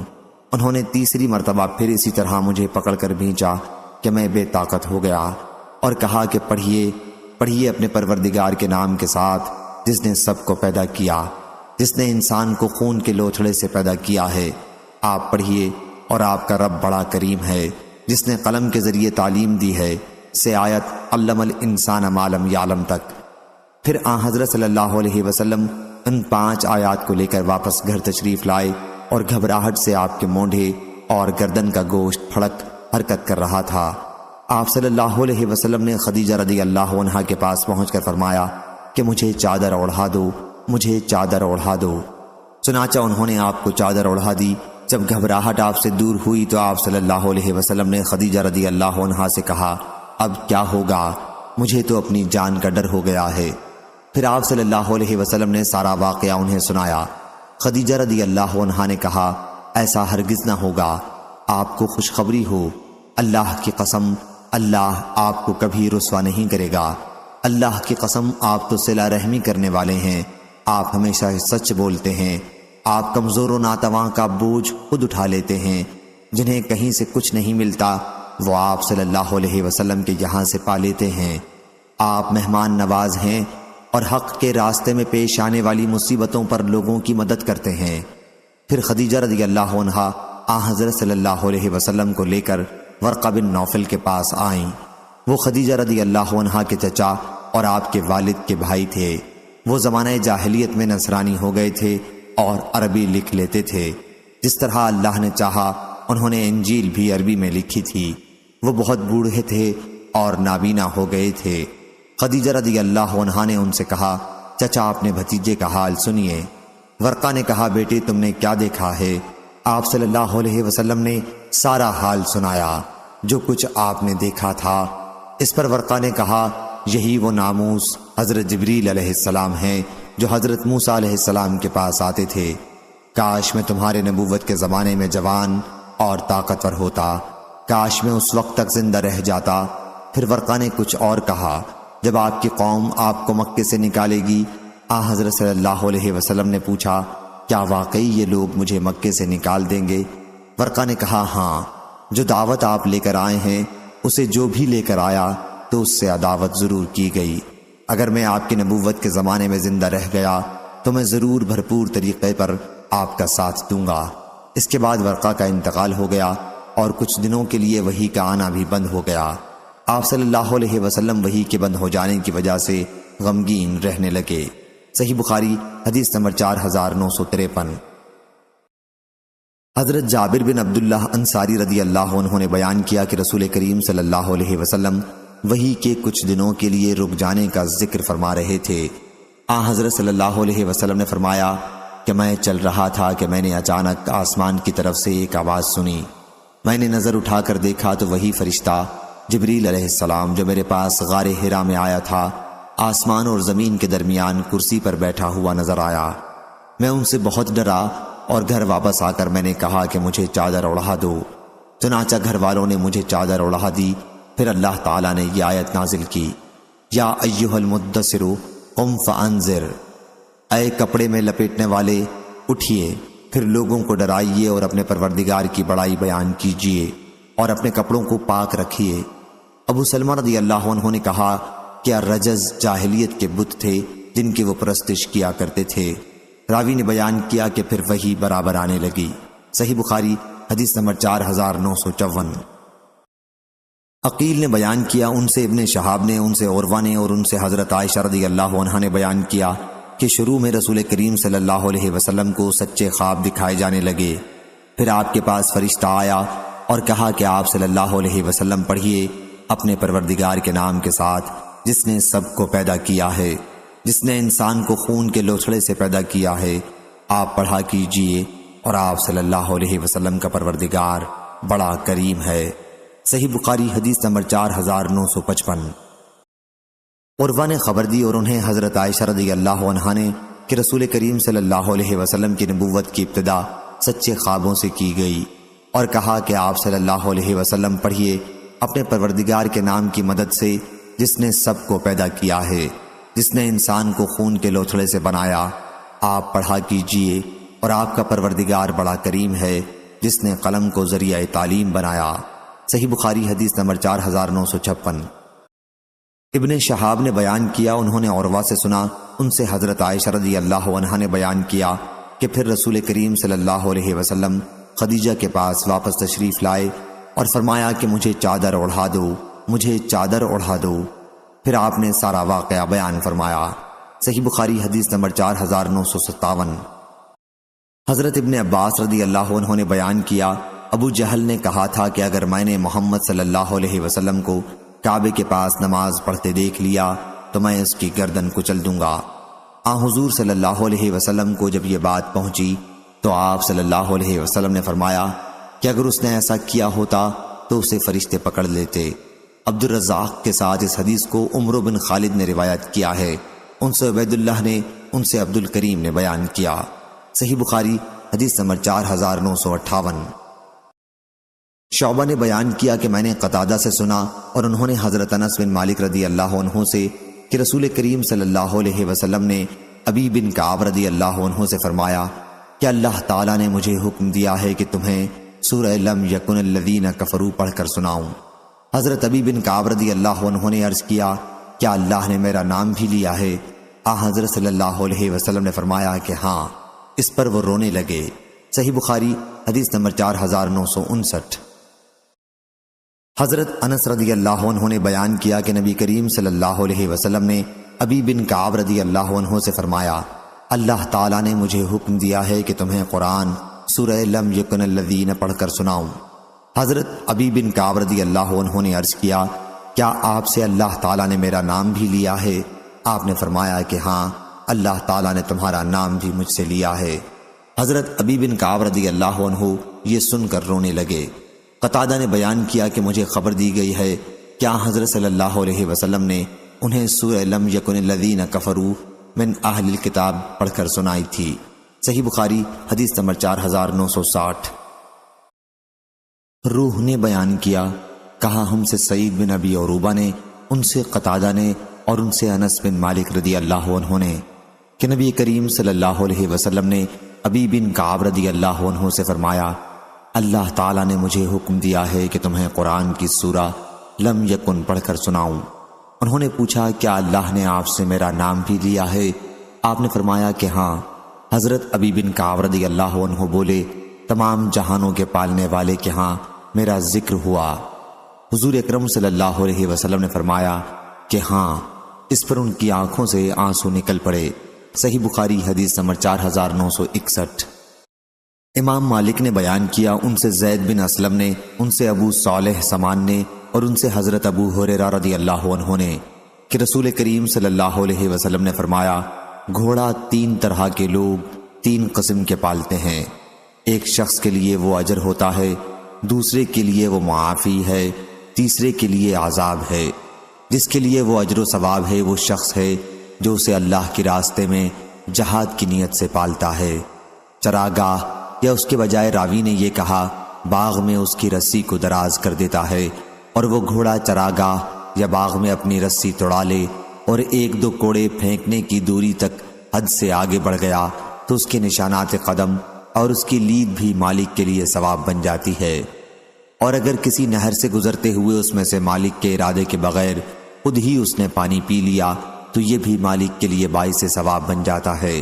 دوسرا شخص جس کے لیے اس کا گھوڑا باعث معافی پردہ بنتا ہے یہ وہ شخص ہے جس نے لوگوں سے بے پرواہ رہنے اور لوگوں کے سامنے سوال کرنے سے بچنے کے لیے اسے پالا، اور اس گھوڑے کی گردن پر جو اللہ تعالیٰ کا حق ہے اور اس کی پیٹھ کا جو حق ہے اسے بھی وہ ادا کرتا رہتا ہے، تو گھوڑا اس کے لیے باعث معافی پردہ بن جاتا ہے۔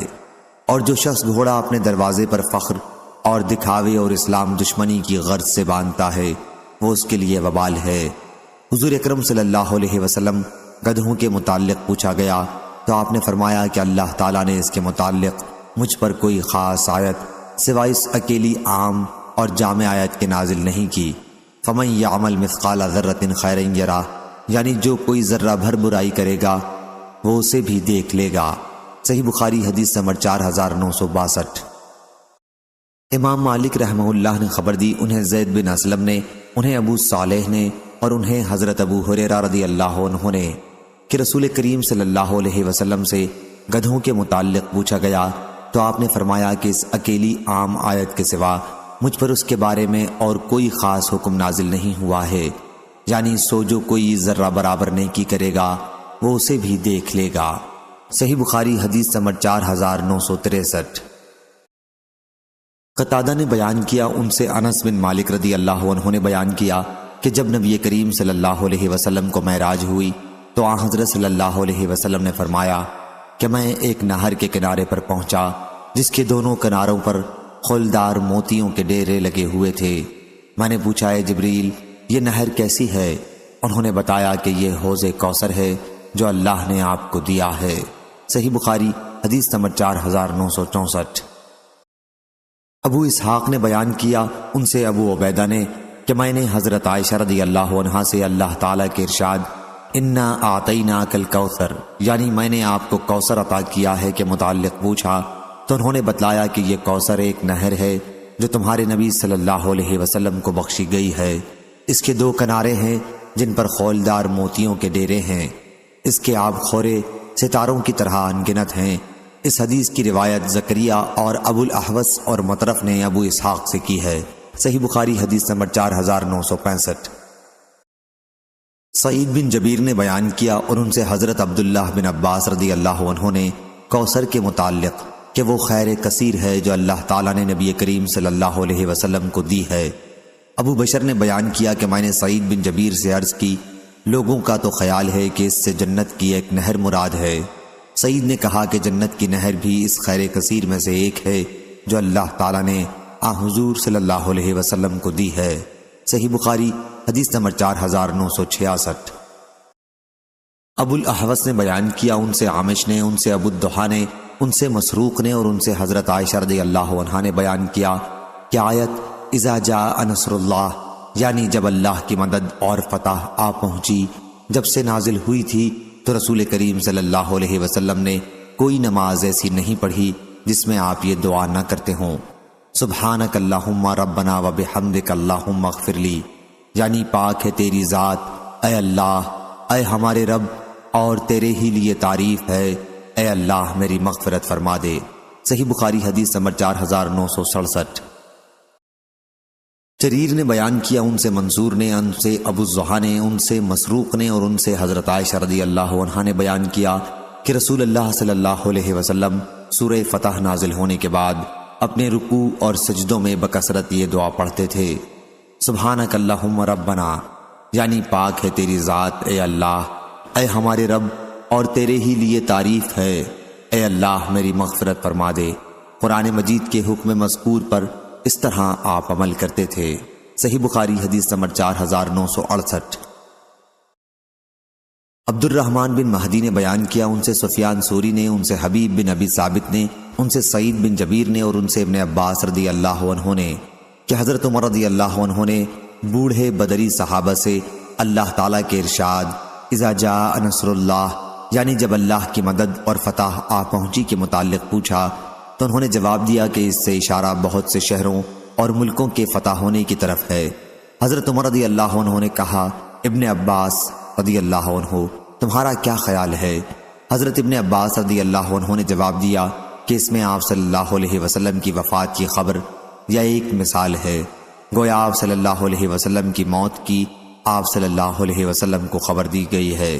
صحیح بخاری حدیث نمبر 4969۔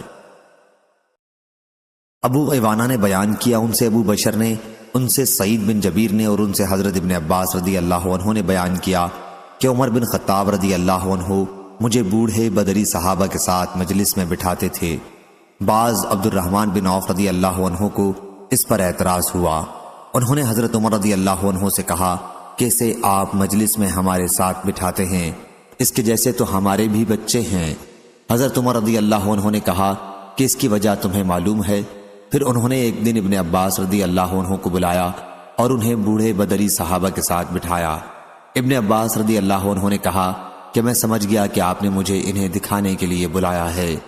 پھر ان سے پوچھا اللہ تعالیٰ کے اس ارشاد کے متعلق تمہارا کیا خیال ہے؟ اذا جاء نصر اللہ یعنی جب اللہ کی مدد اور فتح آ پہنچی۔ بعض لوگوں نے کہا کہ جب ہمیں مدد اور فتح حاصل ہوئی تو اللہ کی حمد اور اس سے استغفار کا ہمیں آیت میں حکم دیا گیا ہے۔ کچھ لوگ خاموش رہے اور کوئی جواب نہیں دیا۔ پھر آپ نے مجھ سے پوچھا ابن عباس رضی اللہ عنہ کیا تمہارا بھی یہی خیال ہے؟ میں نے عرض کیا کہ نہیں۔ پوچھا پھر تمہاری کیا رائے ہے؟ میں نے عرض کیا کہ اس میں رسول اللہ صلی اللہ علیہ وسلم کی وفات کی طرف اشارہ ہے۔ اللہ تعالیٰ نے حضرت صلی اللہ علیہ وسلم کو یہی چیز بتائی ہے اور فرمایا کہ جب اللہ کی مدد اور فتح آ پہنچی یعنی پھر یہ آپ کی وفات کی علامت ہے، اس لیے آپ اپنے پروردگار کی پاکی و تعریف بیان کیجئے اور اس سے بخشش مانگا کیجئے، بے شک وہ بڑا توبہ قبول کرنے والا ہے۔ حضرت عمر رضی اللہ عنہ نے اس پر کہا میں بھی وہی جانتا ہوں جو تم نے کہا۔ صحیح بخاری حدیث نمبر 4970۔ حضرت ابن عباس رضی اللہ عنہ نے بیان کیا کہ جب یہ آیت نازل ہوئی آپ اپنے قریبی رشتہ داروں کو ڈرائیے اور اپنے گروہ کے ان لوگوں کو ڈراؤ جو مخلصین ہیں، تو رسول اللہ صلی اللہ علیہ وسلم صفا پہاڑی پر چڑھ گئے اور پکارا یا صباحا۔ قریش نے کہا یہ کون ہے؟ پھر وہاں سب آ کر جمع ہو گئے۔ حضرت صلی اللہ علیہ وسلم نے ان سے فرمایا تمہارا کیا خیال ہے اگر میں تمہیں بتاؤں کہ ایک لشکر اس پہاڑ کے پیچھے سے آنے والا ہے تو کیا تم مجھ کو سچا نہیں سمجھو گے؟ انہوں نے کہا ہمیں جھوٹ کا آپ سے تجربہ کبھی نہیں ہے۔ حضرت صلی اللہ علیہ وسلم نے فرمایا پھر میں تمہیں اس سخت عذاب سے ڈراتا ہوں جو تمہارے سامنے آ رہا ہے۔ یہ سن کر ابو لہب بولا تو تباہ ہو گیا، تو نے ہمیں اس لیے جمع کیا تھا۔ پھر حضرت صلی اللہ علیہ وسلم وہاں سے چلے آئے اور آپ پر یہ سورت نازل ہوئی تبت یدا ابی لہب و تب، یعنی دونوں ہاتھ ٹوٹ گئے ابو لہب کے اور وہ برباد ہو گیا۔ عامش نے یوں پڑھا وقد تبہ کذا، یہ حدیث روایت کی۔ صحیح بخاری حدیث نمبر 4971۔ عامش نے بیان کیا ان سے عمرو بن مرہ نے، ان سے سعید بن جبیر نے اور ان سے حضرت ابن عباس رضی اللہ عنہ نے بیان کیا کہ نبی کریم صلی اللہ علیہ وسلم بطحا کی طرف تشریف لے گئے اور پہاڑی پر چڑھ کر پکارا یا صباحا۔ قریش اس آواز پر آپ کے پاس جمع ہو گئے۔ حضرت صلی اللہ علیہ وسلم نے ان سے پوچھا تمہارا کیا خیال ہے اگر میں تمہیں بتاؤں کہ دشمن تم پر صبح کے وقت یا شام کے وقت حملہ کرنے والا ہے تو کیا تم میری تصدیق نہیں کرو گے؟ انہوں نے کہا کہ ہاں ضرور آپ کی تصدیق کریں گے۔ حضرت صلی اللہ علیہ وسلم نے فرمایا تو میں تمہیں سخت عذاب سے ڈراتا ہوں جو تمہارے سامنے آ رہا ہے۔ ابو لہب بولا تم تباہ ہو جاؤ، کیا تم نے ہمیں اسی لیے جمع کیا تھا؟ اس پر اللہ تعالیٰ نے یہ آیت نازل کی تبت یدا ابی لہب آخر تک۔ صحیح بخاری حدیث نمبر 4972۔ حضرت ابن عباس رضی اللہ عنہ نے بیان کیا کہ ابو لہب نے کہا تھا کہ تو تباہ ہو گیا، تو نے ہمیں اس لیے جمع کیا تھا۔ اس پر آیت تبت یدا ابی لہب نازل ہوئی۔ صحیح بخاری حدیث نمبر 4973۔ حضرت ابو ہریرہ رضی اللہ عنہ نے بیان کیا کہ نبی کریم صلی اللہ علیہ وسلم نے کہا اللہ تعالیٰ فرماتا ہے کہ مجھے ابن آدم نے جھٹلایا، حالانکہ اس کے لیے یہ مناسب نہیں تھا۔ مجھے اس نے گالی دی، حالانکہ اس کے لیے یہ بھی مناسب نہیں تھا۔ مجھے جھٹلانا یہ ہے کہ کہتا ہے کہ میں اس کو دوبارہ پیدا نہیں کروں گا، حالانکہ میرے لیے دوبارہ پیدا کرنا اس کے پہلی مرتبہ پیدا کرنے سے زیادہ مشکل نہیں۔ اس کا مجھے گالی دینا یہ ہے کہ کہتا ہے کہ اللہ نے اپنا بیٹا بنایا ہے، حالانکہ میں ایک ہوں، بے نیاز ہوں، نہ میری کوئی اولاد ہے اور نہ میں کسی کی اولاد ہوں، اور نہ کوئی میرے برابر کا ہے۔ صحیح بخاری حدیث نمبر 4974۔ حضرت ابو ہریرہ رضی اللہ عنہ نے بیان کیا کہ رسول اللہ صلی اللہ علیہ وسلم نے فرمایا، اللہ پاک نے فرمایا ہے کہ ابن آدم نے مجھے جھٹلایا، حالانکہ اس کے لیے یہ مناسب نہ تھا۔ اس نے مجھے گالی دی، حالانکہ یہ اس کا حق نہیں تھا۔ مجھے جھٹلانا یہ ہے کہ کہتا ہے کہ میں اسے دوبارہ زندہ نہیں کر سکتا، جیسا کہ میں نے اسے پہلی دفعہ پیدا کیا تھا۔ اس کا گالی دینا یہ ہے کہ کہتا ہے اللہ نے بیٹا بنا لیا ہے، حالانکہ میں بے پرواہ ہوں، میرے ہاں نہ کوئی اولاد ہے اور نہ میں کسی کی اولاد، اور نہ کوئی میرے برابر کا ہے۔ کفون اور کفیہ اور کفا ہم معنی ہیں۔ صحیح بخاری حدیث نمبر 4975۔ زربن حبیش نے بیان کیا، انہوں نے ابی بن کعب رضی اللہ عنہ سے معوذتین کے بارے میں پوچھا تو انہوں نے بیان کیا کہ یہ مسئلہ میں نے بھی رسول اللہ صلی اللہ علیہ وسلم سے پوچھا تھا۔ حضرت صلی اللہ علیہ وسلم نے فرمایا کہ مجھے جبریل علیہ السلام کی زبانی کہا گیا ہے کہ یوں کہو کہ اعوذ برب الفلق۔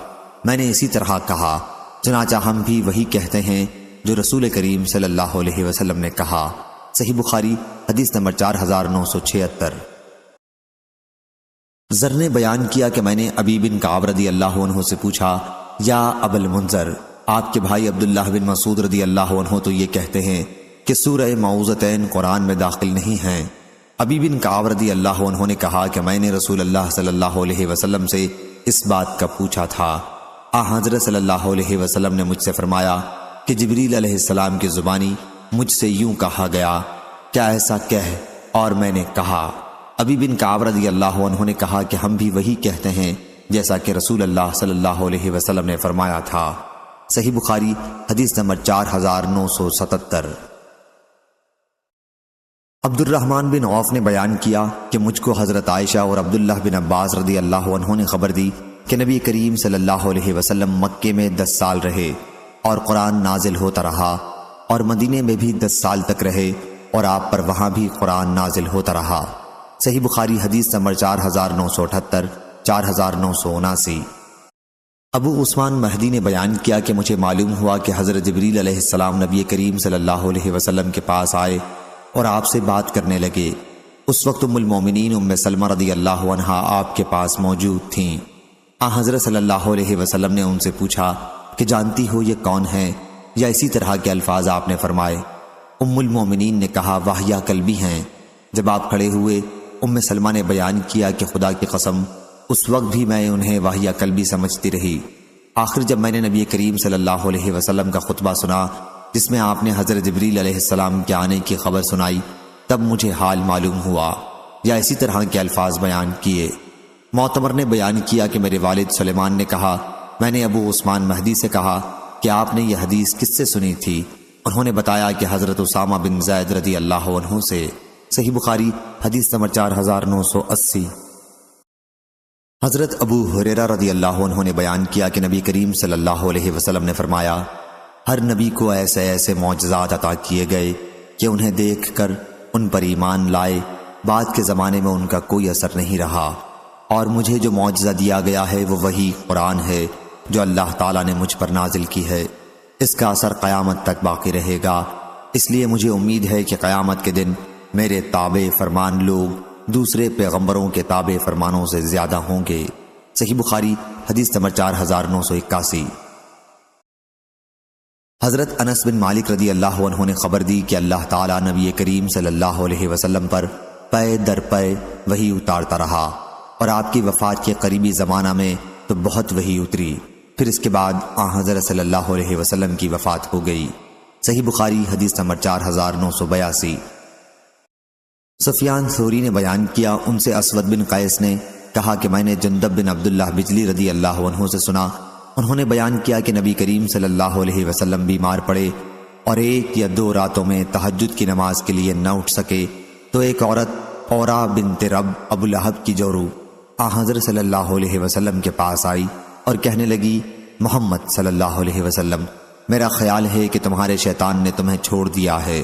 اس پر اللہ تعالیٰ نے یہ آیت نازل کی، والضحیٰ، قسم ہے دن کی روشنی کی اور رات کی جب وہ قرار پکڑے، کیا آپ کے پروردگار نے نہ آپ کو چھوڑا ہے اور نہ وہ آپ سے خفا ہوا ہے۔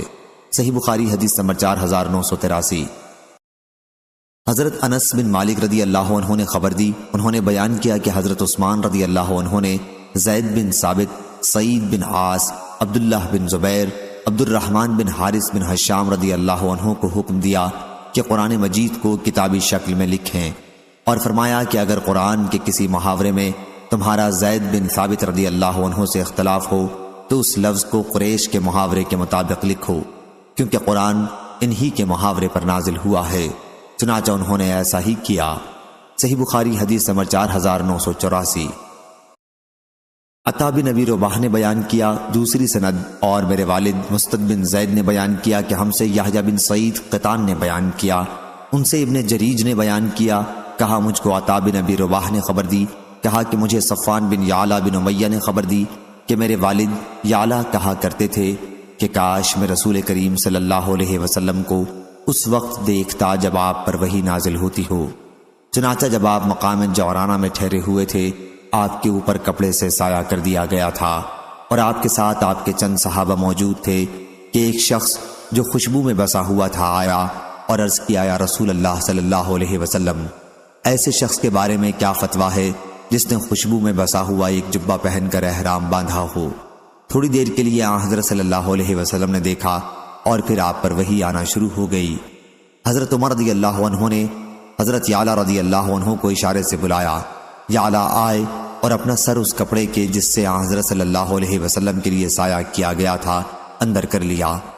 حضرت صلی اللہ علیہ وسلم کا چہرہ اس وقت سرخ ہو رہا تھا اور آپ تیزی سے سانس لے رہے تھے۔ تھوڑی دیر تک یہی کیفیت رہی، پھر یہ کیفیت دور ہو گئی اور آپ نے دریافت فرمایا کہ جس نے ابھی مجھ سے عمرے کے متعلق فتویٰ پوچھا تھا وہ کہاں ہے؟ اس شخص کو تلاش کر کے آپ کے پاس لایا گیا۔ آپ صلی اللہ علیہ وسلم نے ان سے فرمایا، جو خوشبو تمہارے بدن یا کپڑے پر لگی ہوئی ہے اس کو 3 مرتبہ دھو لو اور جبے کو اتار دو، پھر عمرے میں بھی اسی طرح کرو جس طرح حج میں کرتے ہو۔ صحیح بخاری حدیث نمبر 4985۔ حضرت زید بن ثابت رضی اللہ عنہ نے بیان کیا کہ جنگ یمامہ میں صحابہ کی بہت بڑی تعداد کے شہید ہو جانے کے بعد حضرت ابو بکر رضی اللہ عنہ نے مجھے بلا بھیجا۔ اس وقت عمر رضی اللہ عنہ بھی ان کے پاس ہی موجود تھے۔ حضرت ابو بکر رضی اللہ عنہ نے کہا کہ عمر رضی اللہ عنہ میرے پاس آئے اور انہوں نے کہا کہ یمامہ کی جنگ میں بہت بڑی تعداد میں قرآن کے قاریوں کی شہادت ہو گئی ہے، اور مجھے ڈر ہے کہ اسی طرح کفار کے ساتھ دوسری جنگوں میں بھی قراء قرآن بڑی تعداد میں قتل ہو جائیں گے، اور یوں قرآن کے جاننے والوں کی بہت بڑی تعداد ختم ہو جائے گی۔ اس لیے میرا خیال ہے کہ آپ قرآن مجید کو باقاعدہ کتابی شکل میں جمع کرنے کا حکم دے دیں۔ میں نے حضرت عمر رضی اللہ عنہ سے کہا کہ آپ ایک ایسا کام کس طرح کریں گے جو رسول اللہ صلی اللہ علیہ وسلم نے اپنی زندگی میں نہیں کیا؟ حضرت عمر رضی اللہ عنہ نے اس کا یہ جواب دیا کہ اللہ کی قسم یہ تو ایک کار خیر ہے۔ عمر رضی اللہ عنہ یہ بات مجھ سے بار بار کہتے رہے، آخر اللہ تعالیٰ نے اس مسئلے میں میرا بھی سینہ کھول دیا، اور اب میری بھی وہی رائے ہو گئی جو حضرت عمر رضی اللہ عنہ کی تھی۔ حضرت زید رضی اللہ عنہ نے بیان کیا کہ حضرت ابو بکر رضی اللہ عنہ نے کہا، آپ زید رضی اللہ عنہ جوان اور عقل مند ہیں، آپ کو معاملے میں متہم نہیں کیا جا سکتا، اور آپ رسول اللہ صلی اللہ علیہ وسلم کی وحی لکھتے بھی تھے، اس لیے آپ قرآن مجید کو پوری تلاش اور محنت کے ساتھ ایک جگہ جمع کر دیں۔ اللہ کی قسم اگر یہ لوگ مجھے کسی پہاڑ کو بھی اس کی جگہ سے دوسری جگہ ہٹانے کے لیے کہتے تو میرے لیے یہ کام اتنا مشکل نہیں تھا جتنا کہ ان کا یہ حکم کہ میں قرآن مجید کو جمع کر دوں۔ میں نے اس پر کہا کہ آپ لوگ ایک ایسے کام کو کرنے کی ہمت کیسے کر سکتے ہیں جو رسول اللہ صلی اللہ علیہ وسلم نے خود نہیں کیا تھا۔ حضرت ابو بکر رضی اللہ عنہ نے کہا، اللہ کی قسم یہ ایک عمل خیر ہے۔ حضرت ابو بکر رضی اللہ عنہ یہ جملہ برابر دہراتے رہے یہاں تک کہ اللہ تعالیٰ نے میرا بھی ان کی اور عمر رضی اللہ عنہ کی طرح سینہ کھول دیا۔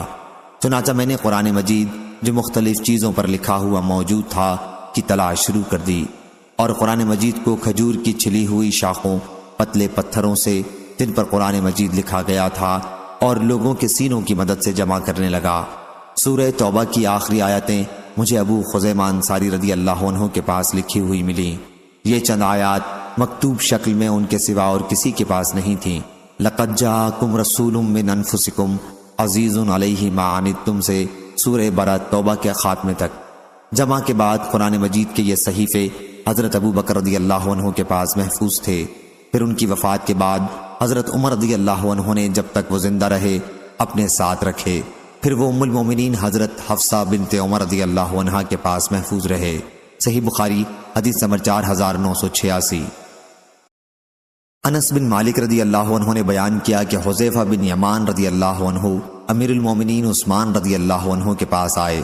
اس وقت عثمان رضی اللہ عنہ آرمینیا اور آذربائیجان کی فتح کے سلسلے میں شام کے غازیوں کے لیے جنگ کی تیاریوں میں مصروف تھے تاکہ وہ اہل عراق کو ساتھ لے کر جنگ کریں۔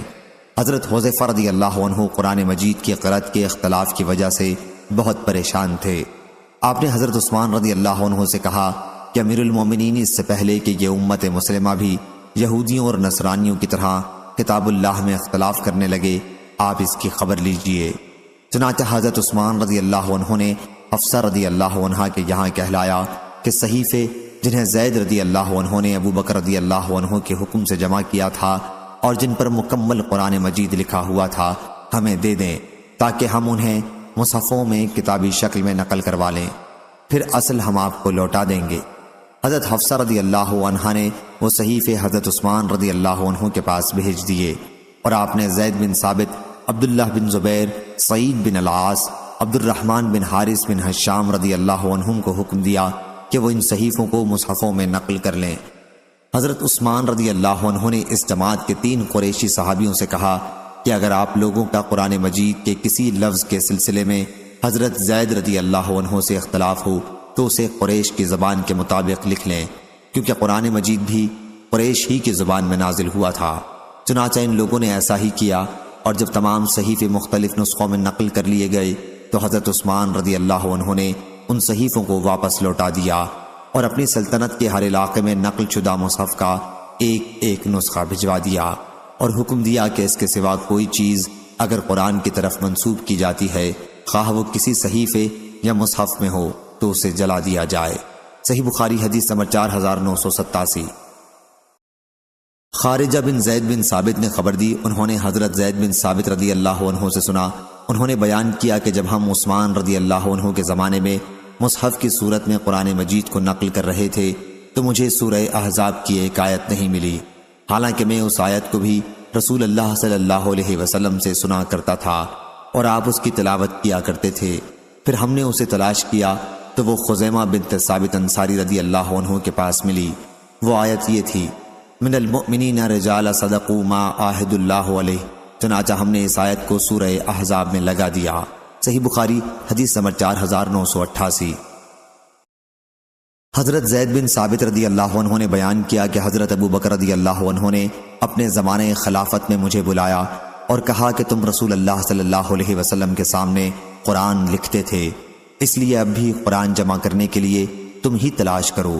میں نے تلاش کی اور سورہ توبہ کی آخری 2 آیتیں مجھے حضرت خزیمہ انصاری رضی اللہ عنہ کے پاس لکھی ہوئی ملیں، ان کے سوا اور کہیں یہ 2 آیتیں نہیں مل رہی تھیں۔ وہ آیتیں یہ تھیں، لَقَدْ جَاءَكُمْ رَسُولٌ مِّنْ أَنفُسِكُمْ عَزِيزٌ عَلَيْهِ مَا عَنِتُّمْ، آخر تک۔ صحیح بخاری حدیث نمبر 4989۔ برا بن عازب رضی اللہ عنہ نے بیان کیا کہ جب آیت لا يستوی القاعدون من المؤمنین والمجاہدون فی سبیل اللہ نازل ہوئی تو نبی کریم صلی اللہ علیہ وسلم نے فرمایا کہ زید رضی اللہ عنہ کو میرے پاس بلاؤ اور ان سے کہو کہ تختی، دوات اور مونڈھے کی ہڈی لکھنے کا سامان لے کر آئیں۔ یا راوی نے اس کے بجائے ہڈی اور دوات کہا۔ پھر جب وہ آ گئے تو حضرت صلی اللہ علیہ وسلم نے فرمایا کہ لکھو لا يستوی القاعدون۔ حضور اکرم صلی اللہ علیہ وسلم کے پیچھے عمرو بن ام مکتوم بیٹھے ہوئے تھے جو نابینا تھے۔ انہوں نے عرض کیا، یا رسول اللہ صلی اللہ علیہ وسلم، پھر آپ کا میرے بارے میں کیا حکم ہے؟ میں تو نابینا ہوں، جہاد میں نہیں جا سکتا۔ اب مجھ کو بھی مجاہد کا درجہ ملے گا یا نہیں؟ اس وقت یہ آیت یوں اتری، لا یستوی القاعدون من المؤمنین والمجاہدون فی سبیل اللہ غیر اولی الضرر نازل ہوئی۔ صحیح بخاری حدیث نمبر 4990۔ حضرت ابن عباس رضی اللہ عنہ نے بیان کیا کہ رسول اللہ صلی اللہ علیہ وسلم نے فرمایا، جبریل علیہ السلام نے مجھ کو پہلے عرب کے ایک ہی محاورے پر قرآن پڑھایا۔ میں نے ان سے کہا اس میں بہت سختی ہوگی۔ میں برابر ان سے کہتا رہا کہ اور محاوروں میں بھی پڑھنے کی اجازت دو، یہاں تک کہ 7 محاوروں کی اجازت ملی۔ صحیح بخاری حدیث نمبر 4991۔ مسعود بن مخرمہ اور عبد الرحمن بن عبد القاری نے بیان کیا، انہوں نے حضرت عمر بن خطاب رضی اللہ عنہ سے سنا، وہ بیان کرتے تھے کہ نبی کریم صلی اللہ علیہ وسلم کی زندگی میں نے حشام بن حکیم کو سورہ فرقان نماز میں پڑھتے سنا۔ میں نے ان کی قرأت کو غور سے سنا تو معلوم ہوا کہ وہ سورت میں ایسے حروف پڑھ رہے ہیں کہ مجھے اس طرح حضرت صلی اللہ علیہ وسلم نے نہیں پڑھایا تھا۔ قریب تھا کہ میں ان کا سر نماز ہی میں پکڑ لیتا، لیکن میں نے بڑی مشکل سے صبر کیا، اور جب انہوں نے سلام پھیرا تو میں نے ان کی چادر سے ان کی گردن باندھ کر پوچھا، یہ سورت جو میں نے ابھی تمہیں پڑھتے ہوئے سنی ہے تمہیں کس نے اس طرح پڑھائی ہے؟ انہوں نے کہا کہ رسول اللہ صلی اللہ علیہ وسلم نے مجھے اسی طرح پڑھائی ہے۔ میں نے کہا تم جھوٹ بولتے ہو، خود حضور اکرم صلی اللہ علیہ وسلم نے مجھے اس سے مختلف دوسرے حرفوں سے پڑھائی جس طرح تم پڑھ رہے تھے۔ آخر میں انہیں کھینچتا ہوا حضرت صلی اللہ علیہ وسلم کی خدمت میں حاضر ہوا اور عرض کیا کہ میں نے اس شخص سے سورہ فرقان ایسے حرفوں میں پڑھتے سنی جن کی آپ نے مجھے تعلیم نہیں دی۔ آپ نے فرمایا، عمر رضی اللہ عنہ تم پہلے انہیں چھوڑ دو، اور اے حشام تم پڑھ کر سناؤ۔ انہوں نے حضرت صلی اللہ علیہ وسلم کے سامنے بھی انہی حرفوں میں پڑھا جن میں نے انہیں نماز پڑھتے سنا تھا۔ حضرت صلی اللہ علیہ وسلم نے سن کر فرمایا کہ یہ سورت اسی طرح نازل ہوئی ہے۔ پھر فرمایا، عمر اب تم پڑھ کر سناؤ۔ میں نے اس طرح پڑھا جس طرح حضرت صلی اللہ علیہ وسلم نے مجھے تعلیم دی تھی۔ حضرت صلی اللہ علیہ وسلم نے اسے بھی سن کر فرمایا کہ اسی طرح نازل ہوئی ہے۔ یہ قرآن 7 حرفوں پر نازل ہوا ہے، پس تمہیں جس طرح آسان ہو پڑھو۔ صحیح بخاری حدیث نمبر 4992۔ یوسف بن ماہک نے خبر دی، انہوں نے بیان کیا کہ میں ام المومنین حضرت عائشہ رضی اللہ عنہا کی خدمت میں حاضر تھا کہ ایک عراقی ان کے پاس آیا اور پوچھا کہ کفن کیسا ہونا چاہیے۔ ام المومنین نے کہا، افسوس، اس سے مطلب کسی طرح کبھی کفن ہو تجھے کیا نقصان ہوگا؟ پھر اس شخص نے کہا، ام المومنین مجھے اپنے مصحف دکھا دیجئے۔ انہوں نے کہا، کیوں، کیا ضرورت ہے؟ اس نے کہا، تاکہ میں بھی قرآن مجید اس ترتیب کے مطابق پڑھوں، کیونکہ لوگ بغیر ترتیب کے پڑھتے ہیں۔ انہوں نے کہا، پھر اس میں کیا قباحت ہے؟ جون سی سورت تو چاہے پہلے پڑھ لے، جون سی سورت چاہے بعد میں پڑھ لے۔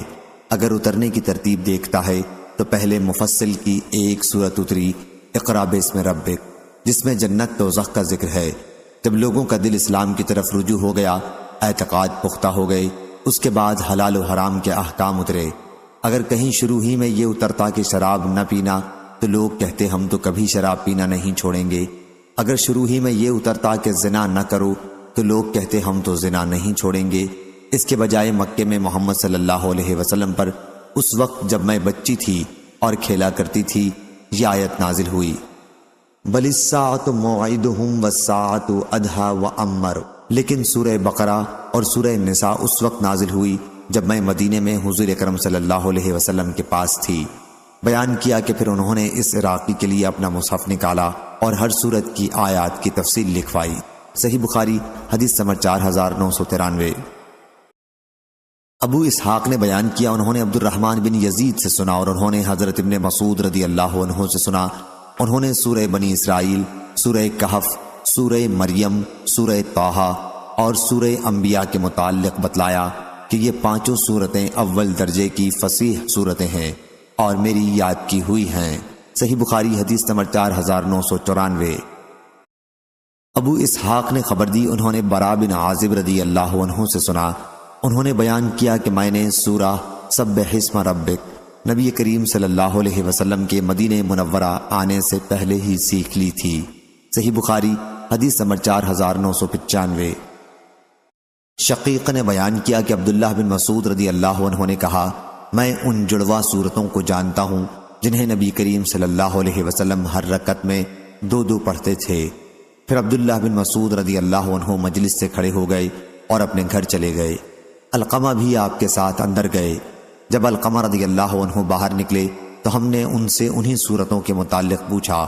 انہوں نے کہا یہ شروع مفصل کی 20 صورتیں ہیں، ان کی آخر صورتیں وہ ہیں جن کے اول میں حامیم ہے، حامیم دخان اور اما یتساءلون بھی انہی میں سے ہیں۔ صحیح بخاری حدیث نمبر 4996۔ حضرت ابن عباس رضی اللہ عنہ نے بیان کیا کہ نبی کریم صلی اللہ علیہ وسلم خیر خیرات کرنے میں سب سے زیادہ سخی تھے، اور رمضان میں آپ کی سخاوت کی تو کوئی حد ہی نہیں تھی، کیونکہ رمضان کے مہینوں میں حضرت جبریل علیہ السلام آپ سے آ کر ہر رات ملتے تھے، یہاں تک کہ رمضان کا مہینہ ختم ہو جاتا وہ ان راتوں میں حضرت صلی اللہ علیہ وسلم کے ساتھ قرآن مجید کا دورہ کیا کرتے تھے۔ جب حضرت جبریل علیہ السلام آپ سے ملتے تو اس زمانے میں حضرت صلی اللہ علیہ وسلم تیز ہوا سے بھی بڑھ کر سخی ہو جاتے تھے۔ صحیح بخاری حدیث نمبر 4997۔ حضرت ابو ہریرہ رضی اللہ عنہ نے بیان کیا کہ جبریل علیہ السلام رسول اللہ صلی اللہ علیہ وسلم کے ساتھ ہر سال 1 مرتبہ قرآن مجید کا دورہ کیا کرتے تھے، لیکن جس سال حضرت صلی اللہ علیہ وسلم کی وفات ہوئی اس میں انہوں نے حضرت صلی اللہ علیہ وسلم کے ساتھ 2 مرتبہ دورہ کیا۔ حضرت صلی اللہ علیہ وسلم ہر سال 10 دن کا اعتکاف کیا کرتے تھے، لیکن جس سال آپ کی وفات ہوئی اس سال آپ صلی اللہ علیہ وسلم نے 20 دن کا اعتکاف کیا۔ صحیح بخاری حدیث نمبر 4998۔ شعبہ نے بیان کیا ان سے عمرو بن مرہ نے، ان سے ابراہیم نخعی نے، ان سے مسروق نے کہ عبداللہ بن عمرو بن العاص رضی اللہ عنہ نے عبداللہ بن مسعود رضی اللہ عنہ کا ذکر کیا اور کہا کہ اس وقت سے ان کی محبت میرے دل میں گھر کر گئی ہے جب سے میں نے حضرت صلی اللہ علیہ وسلم کو یہ کہتے ہوئے سنا کہ قرآن مجید کو 4 اصحاب سے حاصل کرو، جو عبداللہ بن مسعود، سالم، معاذ اور ابی بن کعب رضی اللہ عنہم ہیں۔ صحیح بخاری حدیث نمبر 4999۔ شقیق بن سلمہ نے بیان کیا کہ عبداللہ بن مسعود رضی اللہ عنہ نے ہمیں خطبہ دیا اور کہا کہ اللہ کی قسم میں نے کچھ اوپر 70 صورتیں خود رسول کریم صلی اللہ علیہ وسلم کی زبان مبارک سے سن کر حاصل کی ہیں۔ اللہ کی قسم حضور اکرم صلی اللہ علیہ وسلم کے صحابہ کو یہ بات اچھی طرح معلوم ہے کہ میں ان سب سے زیادہ قرآن مجید کا جاننے والا ہوں، حالانکہ میں ان سے بہتر نہیں ہوں۔ شقیق نے بیان کیا کہ پھر میں مجلس میں بیٹھا تاکہ صحابہ رضی اللہ عنہم کی رائے سن سکوں کہ وہ کیا کہتے ہیں، لیکن میں نے کسی سے اس بات کی تردید نہیں سنی۔ صحیح بخاری حدیث نمبر 5000۔